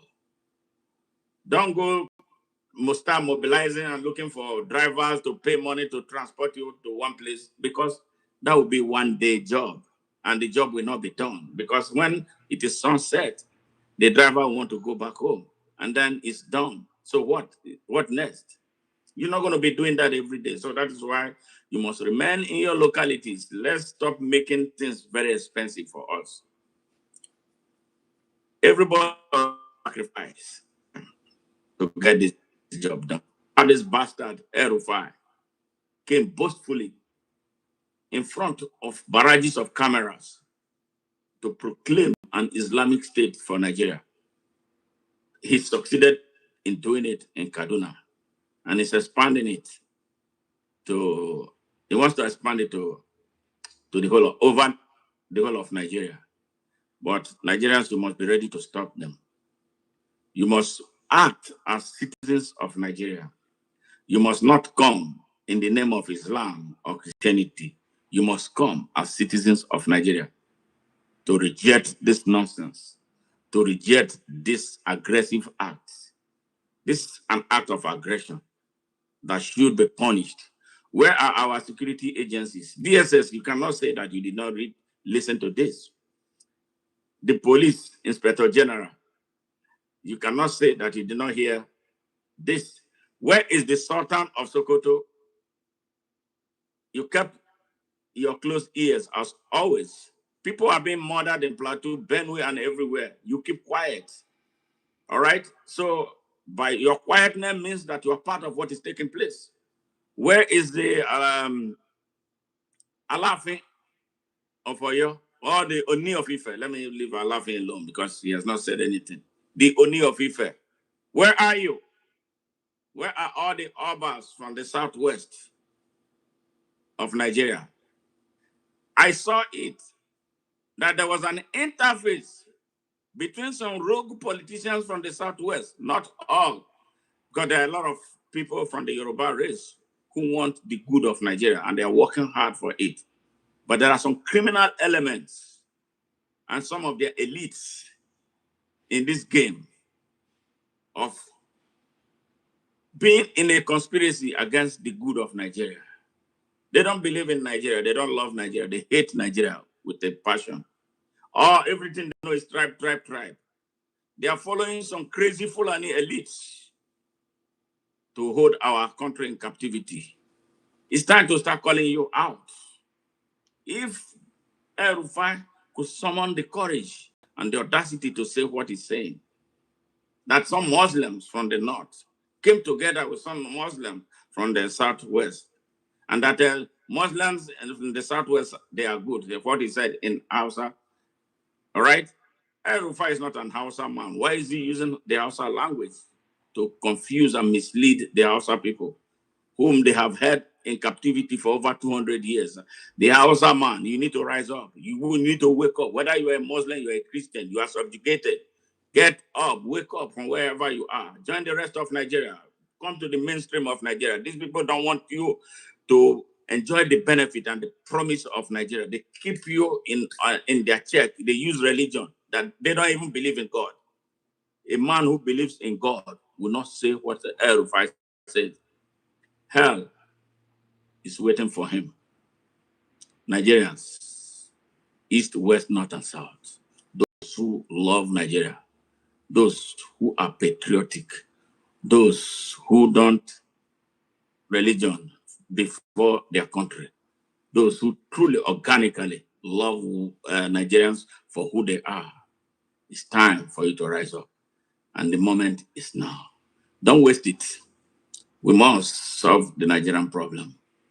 We must address the Nigerian question. Right now, Nigeria is calling on all of us. Arise, O compatriot. Nigeria is called obey. So why can't we answer it? All right, special broadcast. See you Saturday for our scheduled broadcast, so you can hear more on what is taking place in Nigeria. But we believe that Nigeria will be whole again, and whole being whole, not the patch that we have had all this time. That is why they don't want Peter Obi to come be president of Nigeria. Yeah, then I They know supported he Peter rule Obi with Nigeria a with lot of even hand. my resources. He know But, he will not discriminate he against disappointed. anybody. So if you are a Muslim, Now if he's you're a dealing true with Muslim, terrorists. No, I can't. Islam does not teach discrimination. Yeah. So this fake is a rogue Muslim. He's not a true Muslim. It's a bastard Muslim. Banza Muslimi. That is Kakoi. It's not a human being. Nobody should be listening to this bastard. So Nigerians, we don't say what you want to hear. We speak the truth from our hearts. We are not scared of saying it. You see, they are bought over all the news media in Nigeria. They are scared of speaking the truth because their owners are corrupt. But here, they can't prescribe us. They can't tell us what to say. We say what we want to say, whenever we want to say it, however we want to say it, and whoever we want to put in the prism of discussion. We say it because we love Nigeria and we want the best for the country. Good night.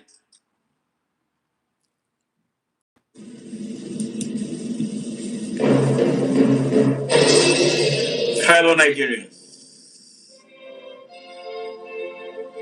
our country is going through one of its worst moments in history.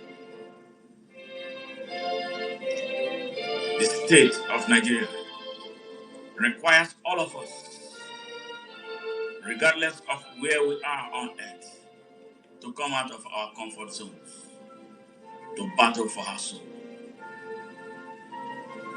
Our country is under siege on all fronts. Our country has been taken over by janjaweeds that pretend to be leaders. The question is, how much can we take? How much more can we take? Here is a country where a citizen went into the hallowed chamber of the Senate and carted away the mace, the symbol of authority of the National Assembly, and was not punished. What type of example is that? Here is a country where the government allegedly spent 600 billion feeding students at home, students who were on lockdown, and nobody is raising a finger. How on earth do we have a country that cannot cater to its use?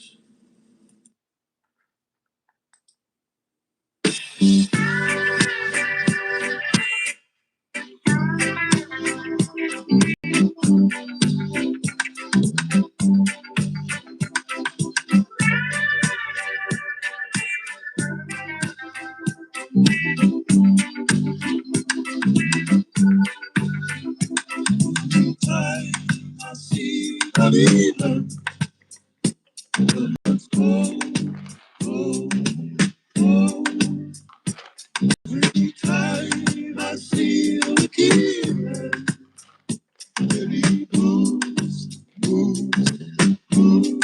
after me, sir. I solemnly swear that the evidence I shall give, shall be the truth, the whole truth, and nothing but the truth, So help me God, so help I Jah. So help me God, so help I Jah. So help me God, so help I Jah. Rastafari. Time I see the wicked.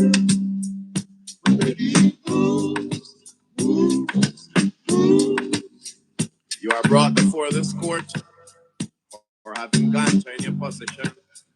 Guilty or not guilty? Not guilty, Your Honor. How could one man do such a thing? Ganja. It is totally impossible, Your Honor. I can remember, when I was framed and brutalized. The grudge would find me guilty for an exit they could not find. And every time I see a Babylon, my blood runs cold. I mean cold. And every time I see the wicked man, I believe more.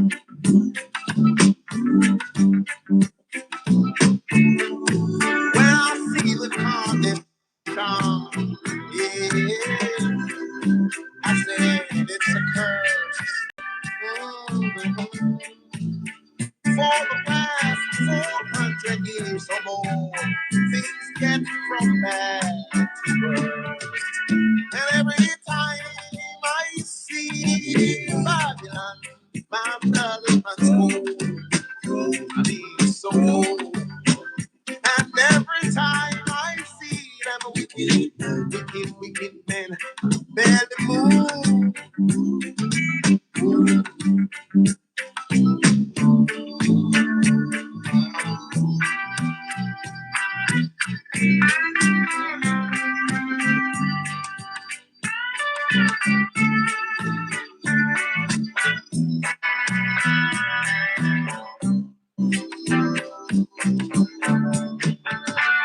And every time I see Babylon, my blood runs cold. Every time I see wicked men, my belly moves, yo. Every time I see Babylon, my blood runs cold. And degrees below zero. Every time I see the wicked man, my belly moves from the front to the back. Every time I see Babylon, my blood runs cold, cold, cold. And every time I see. Yes, that was that.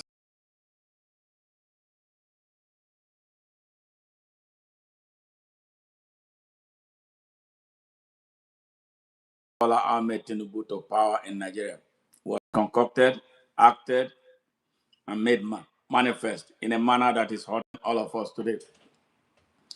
Now we are at a national emergency that is requiring action and not delay because our country is speeding very rapidly out of control. What do we do from here? It's been 3 years. Actually, May 29 is going to be 3 years. Wow, 3 years. Yes, 3 years. And that's just next month. Since Nigeria went from frying pan into a fire. Yes, on purpose, not because anybody did it to them. The people of Nigeria must hold themselves accountable for what happened to their Nigeria. They claim that they voted. Their vote did not count. Yes, we voted. The vote did not count. But we are the people with the power to nullify anything that does not work for us. We failed to use the power of the people to nullify Bola Ahmed Tinubu and those who brought him to power. Yes, the symbol was wrong. The symbol was a nice man, but he was not patriotic. For if he was patriotic, he would stand up for the people and be at the forefront of reversing the biggest fraud in our country's history. I don't know which voices he listened to, and I'm sure he's still listening to those wrong voices. All that would have happened non-violently. I'm not calling for a violent action unless those who abuse us resort to the use of violence. We have a right to defend ourselves. Step one, when that bad result was announced, what the people of Nigeria needed to do was to take over INEC and sustain the takeover. If the people of Nigeria had taken over, I'm talking about those who voted. I saw the energy, I saw the passion, I saw, all that took place. If the people who voted, if 1 million people in Abuja, 500,000, even 200,000 people in Abuja came together in Abuja, surround the INEC, Bola Ahmed Tinubu would not be president. We surround the INEC and stay there until a reversal was done or the true result was announced. That's all Nigeria needed to do. We are good at making noise. We don't take action. And when we get ourselves involved with that looks like an action, we can't sustain it. Yes, before the sun goes down, we're already complaining about hunger, how things are difficult. You got to sacrifice. The people of Nigeria don't sacrifice. That is why it is easier for their oppressors to hold them down. They know that you cannot sacrifice. Akpabio said it, that when you are protesting, that they will be eaten. And that was what happened. Another thing, Nigerians don't think that they can do anything for their country without expecting an immediate payback. They want to be pampered. They want to be talked to nicely. They want you to rent buses for them. They want you to buy food for them. As if Nigeria is your own personal business. We are all citizens of Nigeria. We are all aggrieved people of Nigeria. We are all suffering people of Nigeria. For me, who is operating from 10,000 miles, you see the energy I put into my work. You see the passion I put into it. If I tell you what I go through, what the people in Nigeria do to stop me, the attacks, both spiritual and physical, both harassing my brothers and sisters to talk to me, all kinds of things that I experience. But I am not giving up as a pay, for my not being there physically and doing this. How many hours do I sleep in the night? How much money is of my money is going to Nigeria to support people? Yes, that is what I am giving patriotically. It's a sacrifice for which I don't want to be paid back. If I wanted to be paid back, I would be like behaving like a Reno mockery. I have a voice, I have a power, I'm articulate. I can say things in a manner that will make the oppressors happy, and they give me all the money that they have. They have offered me money many times. They have offered me positions. And I tell them, no, I am not interested in any of those things. What I am interested in is the liberation, freedom for the people of Nigeria, that Nigerians can express themselves without DSS being used to chase them down the place and everywhere. Yes, the right for them to choose the right type of leaders, the right for them to be heard, even when they are in a political party.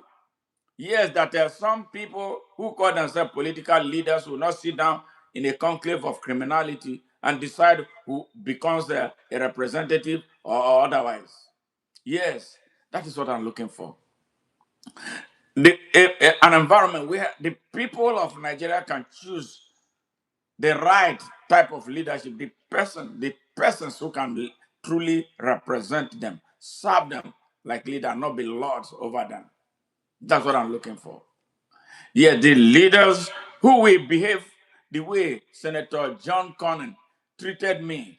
Yes, when I ran into trouble with the FBI here, not because I was a criminal, because somebody reported my vehicle and said that I was taking pictures of tall buildings in Galveston, Texas, which means I was surveying for terrorists. All right? Yes, for 10 years, my green card was seized. 10 years. I did not give up. The highest ranking U.S. senator,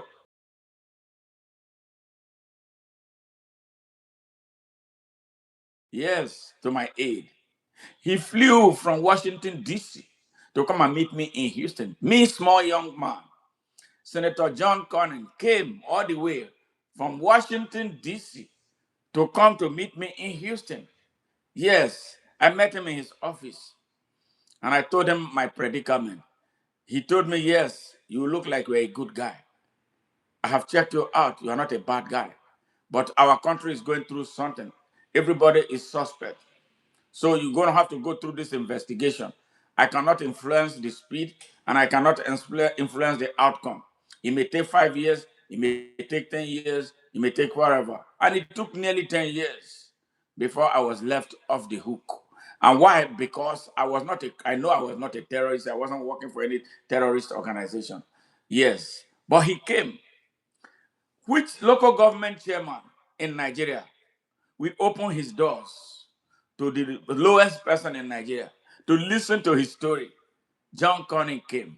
And that was what inspired me to run for Senate in 2019. I wanted to serve Nigeria like John Cornyn served me. Yes, down to earth, unassuming, not fencing people off. Listen to the people. If there's any major decision to be made at the National Assembly, like on this security matter, or on the time when they were telling us that we had to buy grass for Fulani herders. Yes, I would have come to my people to ask them, do you support me saying that I will approve for grass to be bought from Brazil for Fulani herders who are making money? They sell us meat, not for free. And then you want my country to go buy grass for them? Yes, for the business that they are doing, they make millions of naira. I would have gone. That's how representatives in America work. They never take decisions on impulse. They go back to their constituents, to tell them what is taking place. And then they will agree. Whatever the constituents say, that is what they take back to Washington. And that is why they are very careful of how they behave. Because on bad behaviors, they will tell you point blank, you are not going back. And once they say it, trust, you are not going back. Yeah, that is exactly what the type of leadership that can be that is sensitive and responsive and mostly responsible. And that is what we want in Nigeria. That's what we need. If we have this type of infrastructure of leadership in place in Nigeria, I tell you, this insecurity in Nigeria will vanish. But because the criminals we led are part of what is taking place in Nigeria, as you saw in the presentation, about how they steal mineral resources from Nigeria down to China, Chinese involved, Nigerians involved, um, and then to the final phase where they sell them to American companies who run battery businesses. Yes, and then after they clean it, make it, because America has a policy: don't buy anything from any place where people are being murdered, where there's a massacre and all that. Yes, but you know what? Lawyers here exploit rules. All right, but you see the route it took to go to China and then end up in American market. Yes. Now Nigeria has not been officially designated, which they should now do as a troubled spot. Yes, that American businesses should not go and purchase anything from them. Yeah, because they are killing our people. They are spending the blood of our people, and some of us use their end products here. You see the connection. So this is the consciousness we want the people of Nigeria to take. The young person who is campaigning now for APC, ADC, you don't know a damn thing. You are not analytical in thinking. You are not listening to those who understand what is taking place. Some of these things that we tell you don't make sense to you. Yeah, because you are more interested in getting a quick cash. Quick cash, that is what is killing our people. And look at how our country is run down. Infrastructure run down. Healthcare run down. Yes, education run down. Electricity, power distribution, power generation run down. Roads run down. Everything run down. The human beings are run down. In a one country, traditional rulers are corrupt. Police corrupt. DSS corrupt. Army corrupt. Legislature corrupt. Governors corrupt. Everybody is corrupt. Chaos is about to completely overtake Nigeria. And that is what we are trying to avoid. And that is why we are calling on patriots, three true patriots of Nigeria, to band together, set religion aside. Religion is supposed to be a personal business. It's not anything. Because those of you who are involved heavily on religion, let me tell you something. What has religion? Religion did not build China.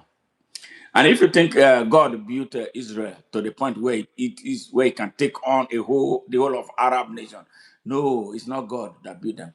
Israel, the Israeli leaders, the Israeli people looked at their environment. They see they are surrounded by enemies. When you are surrounded by enemies, what do? You have to be strong by all means and at all costs. They became innovative. They started thinking, what can we do to protect ourselves?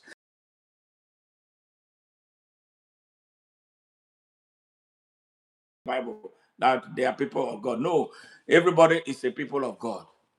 The Israelis understood their situation and they became strong. Yes, became stronger than the whole of the Arab nation. That they can take on Arab nation and wipe the whole Arab nation off the surface of this earth. Yes, because when you deal with bullies, the only option is to get strong, get the bully. Yes, I remember when I was in high school, there was this young man. He was always bullying me. He was always. One day I started asking myself, I look at this young man. Really, what special qualities does he possess that he's doing this? Until that day, I decided that we're going to end this nonsense. And we ended it. I nearly killed him. I discovered that he was as powerless as paper. I swept the ground with him. And then that cured him. So whenever he saw me, he was going to take another direction. Because every time, now I became the bully. Every time I saw him, I pound him. I want to pound him. Yes. How did America become the kind of country it is? He understood. Yes, fought so many battles. And he decided, America was a British colony, like Nigeria is or was. Nigeria has remained. Nigeria does not want to go. Those African countries who are still in their damn stupid Commonwealth, what are they doing there? America said, no, to hell with you. We're not going to pay you no more taxes. We want to build our own country. They severed the link with Britain.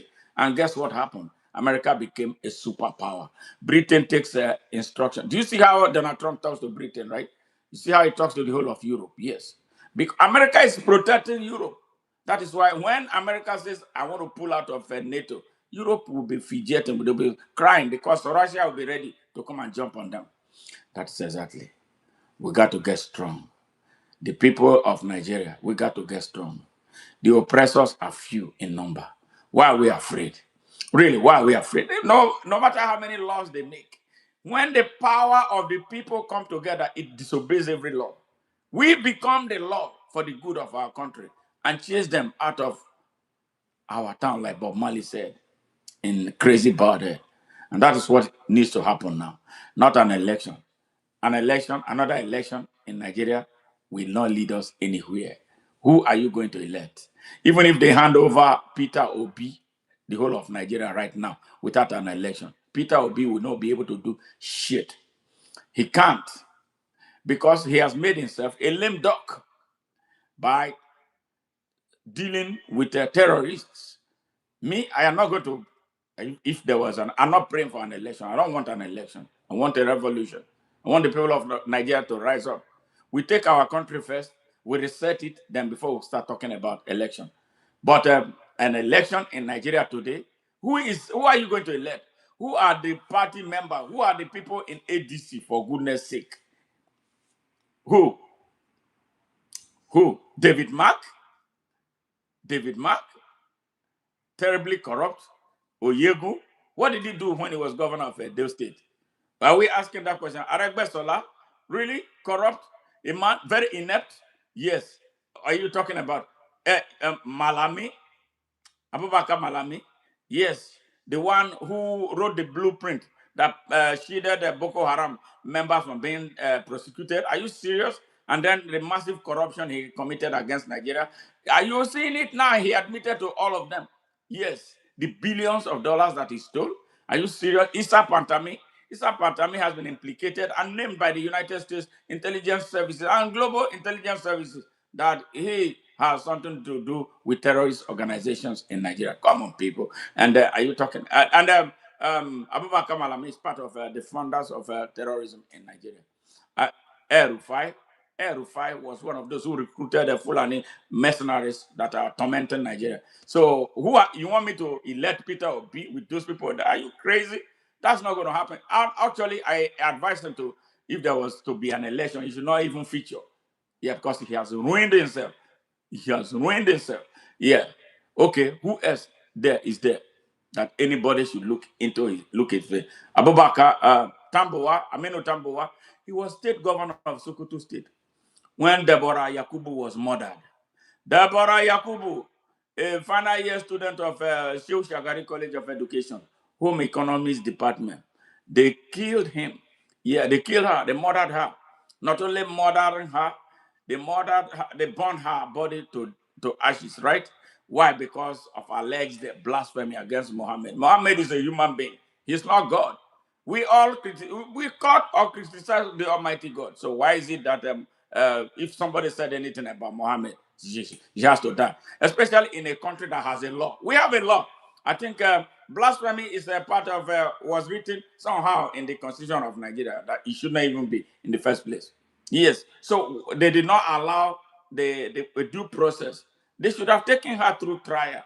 If she was to be sentenced to death, we know that she committed a capital murder, a capital offense, and she died. All right? But no, they took laws in their hands, which means they have no respect for the Constitution of Nigeria. A brigand, a brigand who was a governor of, he was even running to be president of Nigeria at the same time Atiku was running. And then Atiku tweeted, condemning the killing. Within 5 minutes, he pulled down his tweets. So he put his political ambition over the life of a Nigerian, which means as president, he will put his own personal ambition over the lives and well-being of Nigeria. You don't want those type of people around you, but Peter Obi is messing with them. I even saw Peter Obi sitting down with Ahmad Gumi, the mouthpiece of terrorists. So he's finished politically. Yeah, if Ndibo, you want to be president, by all means, find another candidate. For real. Seriously. But what I'm looking for is a Nigerian candidate. I don't want Nigerian citizen. I don't care where you come from. I don't care what damn God you worship. That's your business. Provide leadership.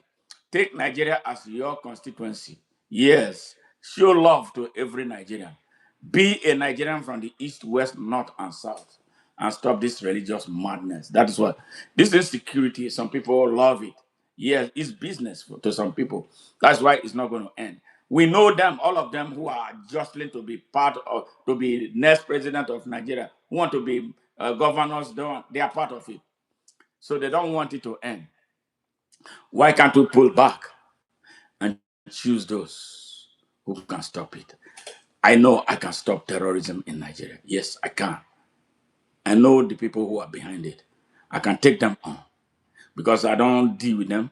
I have no sympathy for them. I have no business dealing with them. I don't care about them. They know me and I know them. And I can take them on and take them down. Yes. So why not look for people like me to be president of Nigeria, to be senators in Nigeria, to be governors in Nigeria, to be members of House of Representatives in Nigeria, to be local government chairman, yes, and councillors in Nigeria, and see if all this nonsense will not end. Talk to me and let me see that Chinese, yes, or European or anybody who will come to Nigeria to want to destabilize Nigeria using this type of game that they are using. We will stop them. We will stop them. We will change the educational curriculum of Nigeria to make Nigerians start thinking like Africans that they are, and the Nigerians that they truly are. Yes, these are the things, basic things that we need to do. Can you come to America and tell an American to go and kill people in a village, wipe them out, drive them into IDP camps, and an American agrees to do that? It's not going to do it. It's not going to do it. Never, never. It's not going to happen. Yes, but we have a population that does not care about their country. A population that have been forced into living life as a thing of survival. Yes, they see this siege mentality. Food, me, and my stomach, and nothing else matters. And then you see people you put in power, they steal everything in your country, put it in their pockets. They send their children abroad to go to school, and your schools are closed. You are foolish, you are stupid, and you come and be advancing their cause, telling them, oh, you are with them. You campaign for them to be your senator. Your oppressors. Nigerians are actually essentially the bigger problem of themselves than their oppressors. No matter what we tell them, they don't see it. I'm from Delta. I am seeing a lot of that stupidity in Delta State. I'm sure it's the same thing everywhere.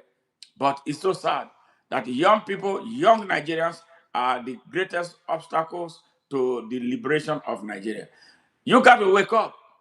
You got to wake up. Don't think that anybody owes you anything. You owe Nigeria a lot. You owe Nigeria for the identity. You owe Nigeria for the space. You owe Nigeria for not defending her. For real. Yes, beautiful country. You help your oppressors, you help Nigerians and criminals run it down. And you think God is going to bless you for that. No. Your situation will continue to get worse until you stand up. And that is what we are calling on you for. Election in 2027, please. Who are you electing? Who? Tell me the person you want to elect. Gear for something because they're about to take your country, and that's exactly what is going to happen. Hey, with this, we come to the end of this. We thank all those who took their time to join us. It's been 230 minutes and 24 seconds that we've been here talking about Nigeria. And I'm hoping that we made sense to some people. I'm hoping that those who came for the very first time will be happy to come back and return again. And we thank our returning members and subscribers. Thank you. Without you, we won't be where we are. We count on you for your continued support. Always follow us and go back to our messages before this to get a clearer and a better understanding of what we represent as a global movement. Doing things alternatively from what the mainstream media does. We love you and thank you very much. Always, look forward to see you. Bye for now and have a great weekend.